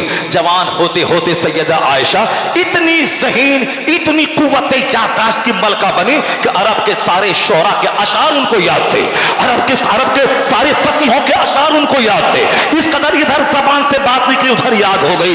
आका अलैहिस्सलाम की सारी बातों को गेट बाई हार्ट करने वाली औरतों के मखसूस मसाइल को याद करके मुस्तफ़ा के पर्दा फरमा जाने के बाद एक फकीहा, एक मुहद्दिसा, एक मुतकल्लिमा बनकर आपने खतीबा बनकर जो कौम इस्लाम की खिदमत की है और पर्दे में रहकर जो सरकार की हदीसों का मफ़हूम जनाबे अबू हुरैरा को और दूसरे सहाबा को समझाया है। आज सारे उलमा इस बात पर मुत्तफिक है कि औरतों इस्लाम आज मुकम्मल है, शरीयत मुकम्मल है। शरीयत अधूरी रहती अगर मेरी माँ आयशा मुस्तफ़ा के हरम सरा में दाखिल न होती। आज शरीयत मुकम्मल है, उसमें सैयदा आयशा का जबरदस्त रोल है कि मर्द औरतों के सारे कानून सैयदा आयशा के जरिए तमाम तक पहुंच। सैयदा आयशा रज़ियल्लाहु ताला अन्हा मुसलमानों का भी एक बड़ा तबका। हम लोग भी जब तक गहरा इल्म नहीं रखते थे, स्टडी नहीं करते थे, हम लोगों के दिमाग में भी इस तरह की बात चलती थी। दिमाग में कोई भी बात आ सकती है, दिमाग में तो अल्लाह रब्बुल इज़्ज़त के खिलाफ कोई बात दिमाग में आ जाती है, लेकिन जब तक उस पर अकीदा जम ना जाए और जब तक जबान पे सच समझ के बोल ना दे उस वक्त तक गुनाह नहीं है। गुनाह कब है, आदमी काफिर कब हो जाएगा, जब वह जबान से सच समझ के बोल देगा। जैसे दिमाग में ऐसा वसवसा आता है कि अब क़यामत है कि नहीं है, दुनिया ही में सब कुछ है, अगर हम इस तरह से बोलते हैं कि वसवसा आता है, यह कुफ्र नहीं है। लेकिन अगर हक समझ के बोल दिया नहीं नहीं दुनिया ही में कमाओ खाओ मर जाओ, अब मरने के बाद कुछ नहीं होता है, सीधे काफिर, अकीदे आखिरत का मुनकिर काफिर। शादीशुदा है तो बीवी उसके निकाह से निकल गई, अब जितने बच्चे पैदा होंगे सब वलदुल ज़िना वलदुल हराम पैदा होंगे, क्योंकि अब उनकी बीवी अजनबिया हो गई, आम औरत की तरह हो गई। इसलिए मैं ये बातें वजाहत के साथ कहता हूँ आमतौर पर, क्योंकि गांव समाज में बहुत सारे लोग इसी तरह की बातें बोलते हैं, अरे वहां क्या होगा ना होगा, कौन देखा है, होगा कि नहीं होगा, इस तरह की बात मैंने एक खबीस मरदूद कुत्ते की जबान से मैंने अपने कान से सुना आज से 30 साल पहले। वो मुसलमान घर में पैदा हुआ और मर गया, पता नहीं तौबा करके मरा कि नहीं मरा वो खबीस मरदूद, मगर मेरे सामने वह सिर्फ अपने चचा से दुश्मनी करते हुए, चूंकि उनका चचा मस्जिद का मुतवल्ली था और गुनहगार ये था कि मस्जिद का माल भी खा पी लेता था, वह हराम है, गुनहगार है, लेकिन इस गुनाह को लेकर के वो कहता मेरे सामने, वह बोला, कौन बोलता अल्लाह ताला है, अल्लाह ताला नहीं है, नहीं है अल्लाह ताला, अल्लाह ताला होता है इसको सजा देता है, इसको ये खाता है मस्जिद का हराम माल, कुछ नहीं होता है। यानी वो तो हराम किया और ये एक कदम आगे बढ़ के कुफ्र कर लिया, काफिर बना। जो ऐसा बोला कि कौन कहता है कि अल्लाह ताला है, अल्लाह नहीं है, सीधे काफिर हुआ, बीवी निकाह से निकली। अब जब तक वह सच्ची तौबा ना करे, जब तक वह दोबारा तजदीद ईमान तजदीद निकाह ना करे, उसकी बीवी उसके लिए हल्ला नहीं होगी। इसलिए जो बात दिमाग में आती है फट से बोल दिया, नहीं, दिमाग एक मशीन है, कोई भी बात आ सकती है, आखिरत के बारे में, खुदा के बारे में, सरकार के बारे में, गौस पाक के बारे में, वली के बारे में, अकीदे जन्नत जहन्नम के बारे में, नमाज रोजे के बारे में, नमाज पढ़ना जरूरी नहीं है, बात दिमाग में आ सकती है, लेकिन जहां जबान से कह दिया कि नमाज पढ़ना जरूरी नहीं है सच समझकर, सीधे वह काफिर हो जाएगा, क्योंकि फर्जियत का इनकार करने वाला काफिर। ऐसा नहीं कि सिर्फ जो नबी को गाली दे वही काफिर, नबी की तौहीन कुफ्र है, उसी तरह नमाज का इनकार भी कुफ्र है। कोई बोले कि जो गरीब है वो रोजा रखे, हमारे पास तो पैसा ढेर है, हम जो रोजा रखें, रोजा रखना जरूरी नहीं है, तो फर्जियत का मुनकिर काफिर हो गया, बीवी उसके निकाह से निकल जाएगी। आज समाज में जो बदतमीजों की तादाद बढ़ी है, इसलिए कि आदमी का ईमान गया, निकाह गया, बीवी से हराम रिश्ता कायम हुआ, उसी से नाजायज औलाद पैदा हुई। नाजायज औलाद की सबसे बड़ी पहचान है उससे हया खत्म, उससे डिसिप्लिन खत्म।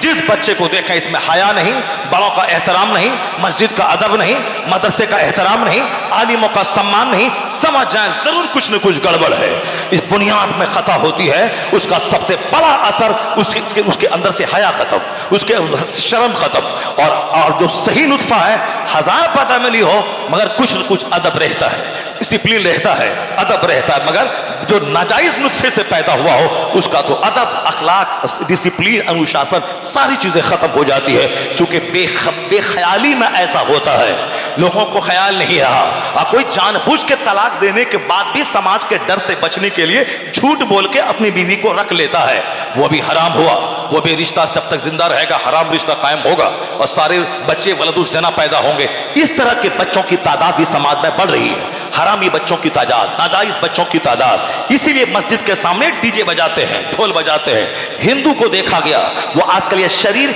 हुल्लड़बाज हिंदू नहीं, वो हिंदू गांव समाज के अच्छे लोग मस्जिद से पहले ही ढोल बंद, बाजा बंद, ताजा बंद, मस्जिद से आगे जाने के बाद तब बाजा बजाते थे।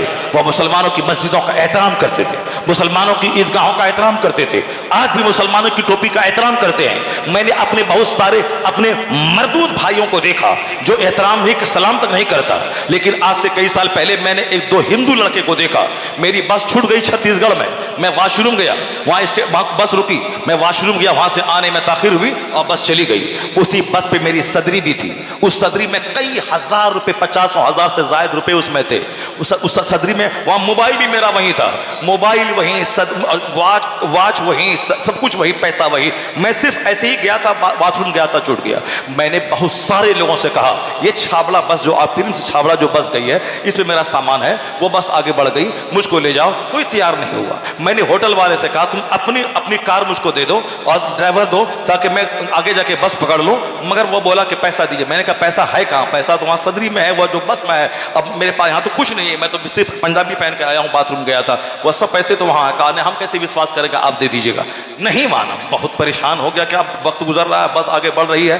बस मैंने दिल ही दिल में सरकार गौसे पाक को याद किया, इस बस गौसे पाक से मैंने फरियाद की। इतने में देखा कि एक चमचमाती हुई कार आके रुकी और बिल्कुल दो यंग नौजवान हाफ पैंट पहना हुआ कार से नीचे निकला और जाके पान खाया, उन्होंने सिगरेट लिया, पिया, उसके बाद कार में बैठा। बैठते मैंने उससे कहा कि देखो मेरी बस आगे निकल गई है, मेरा सामान सब उसी पे है और कोई गाड़ी नहीं मिली कि मैं वहाँ जाऊँ, सब सामान सूटकेस अटैची सदरी सब उसी बस पे है। उन्होंने कुछ नहीं पूछा कि कौन कहाँ क्या, बैठ जाओ। मैं बैठ गया और बिल्कुल फास्ट चलाते हुए, दोनों हिंदू नौजवान था, फास्ट चलाते हुए, कोच बस का यही बस है आपकी? मैंने कहा हाँ। वह बस से आगे जाके अपनी कार को रोका और उसको उतर करके उस खलासी को उन्होंने डांटा, कहा तुमको सारे पैसेंजर की खबर लेनी चाहिए, कौन नीचे उतरा है, कौन वॉशरूम गया है, बस तुम बस स्टार्ट किया।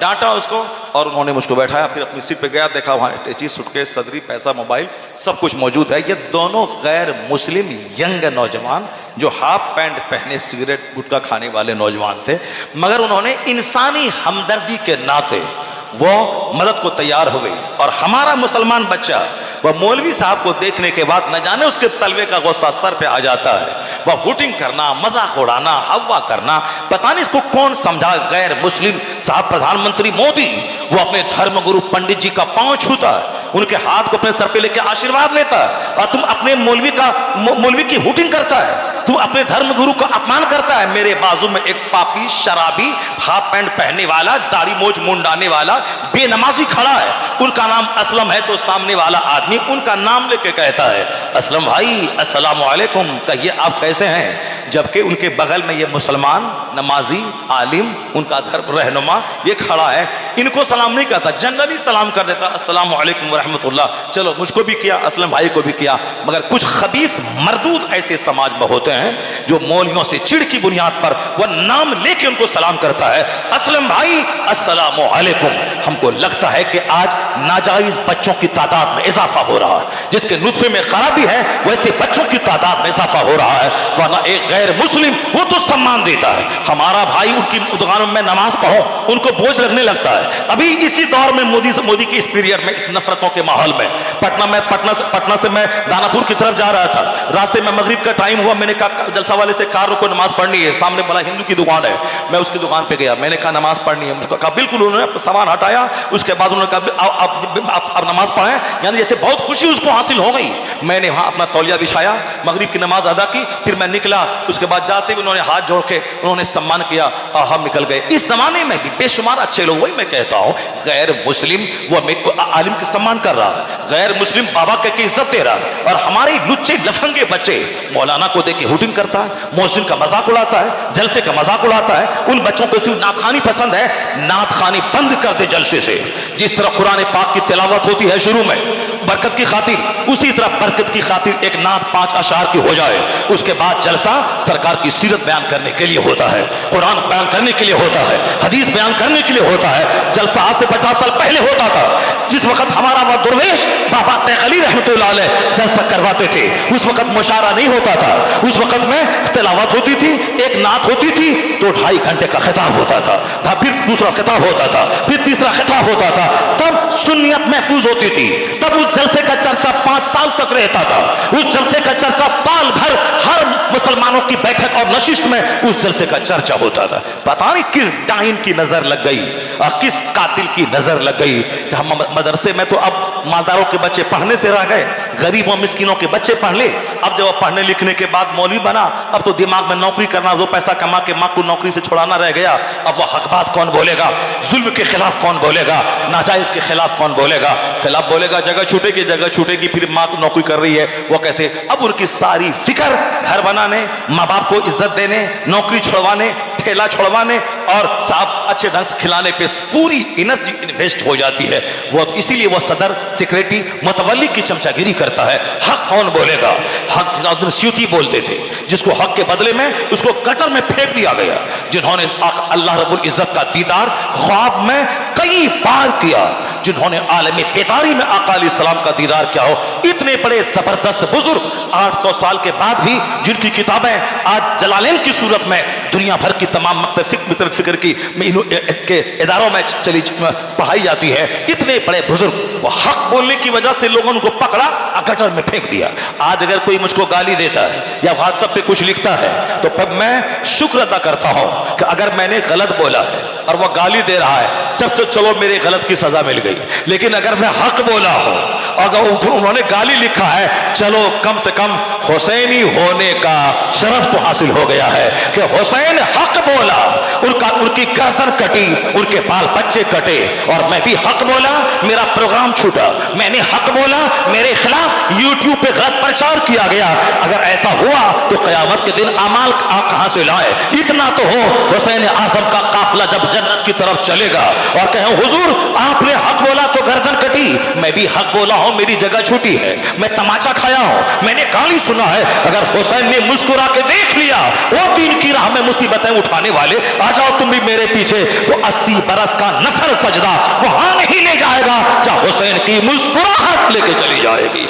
इसलिए हक बोलने के बदले में लिफाफ गिनना और माला पहनना बहुत और है, और हक बोलने के बदले में गाली सुनना इसका मेयार और है।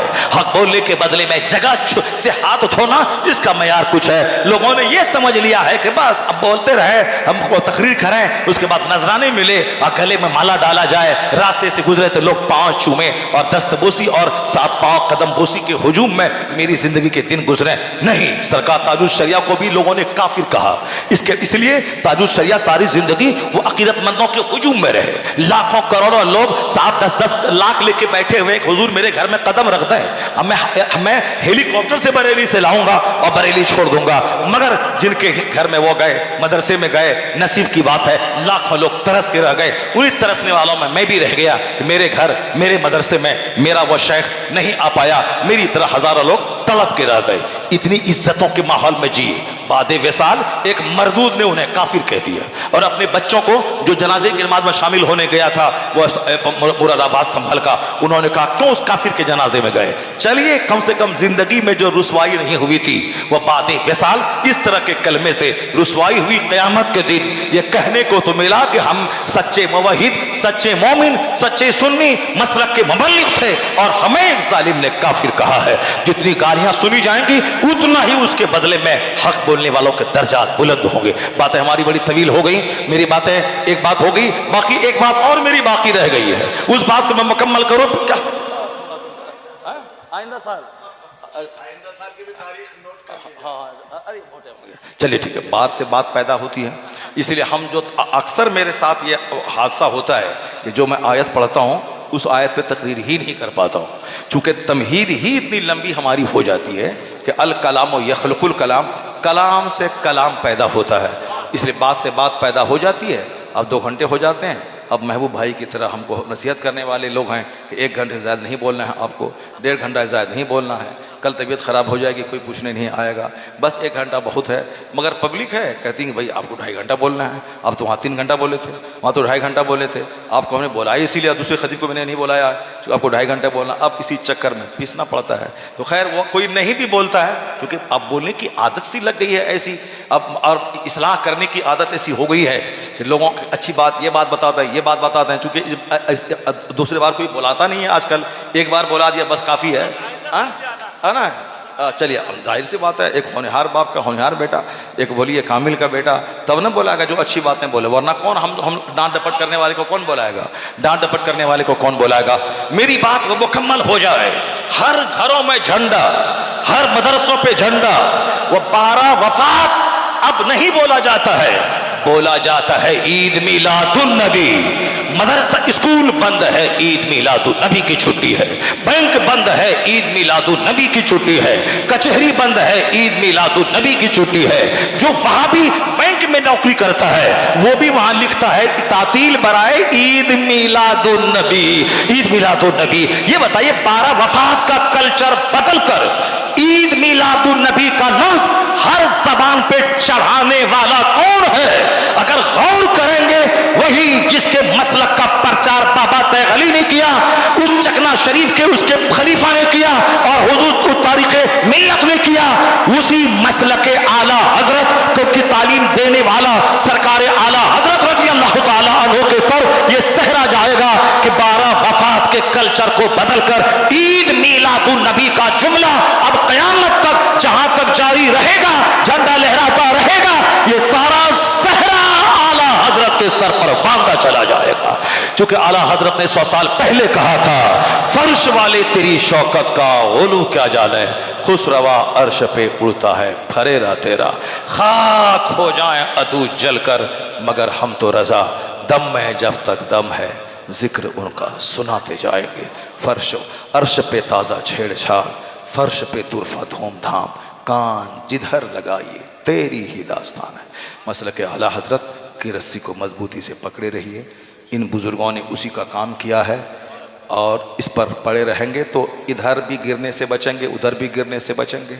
अगर मसलक के आला हजरत से हटे तो फिर धुआं और लोहबान लेके बैठ जाएंगे, नमाज छोड़ देंगे, या अगर नजदी वहाबी बने तो नमाज लेके बैठ जाएंगे, फातिहा मिलाद छोड़ देंगे। अब ये बीच का रास्ता है, नमाज भी होगी, नियाज भी होगी, जुलूस मोहम्मदी भी निकलेगा, रोज़ा भी रखा जाएगा, फ़र्ज भी अदा होगा, नफल भी अदा होगा, सीधा रास्ता जन्नतुल फिरदौस लेके चला जाएगा। इसी का नाम मसलक एतदाल, इसी का नाम मसलक अहले सुन्नत, इसी का नाम मसलक आला हजरत है। अल्लाह तबारक व तआला इन बुजुर्गों की कब्रों में रहमत व नूर दाखिल फरमाए और उनके वसीले से हम सबों के दीन ईमान अकीदे की हिफाजत फरमाए। अकाल सलाम की मोहब्बत में जीने और मरने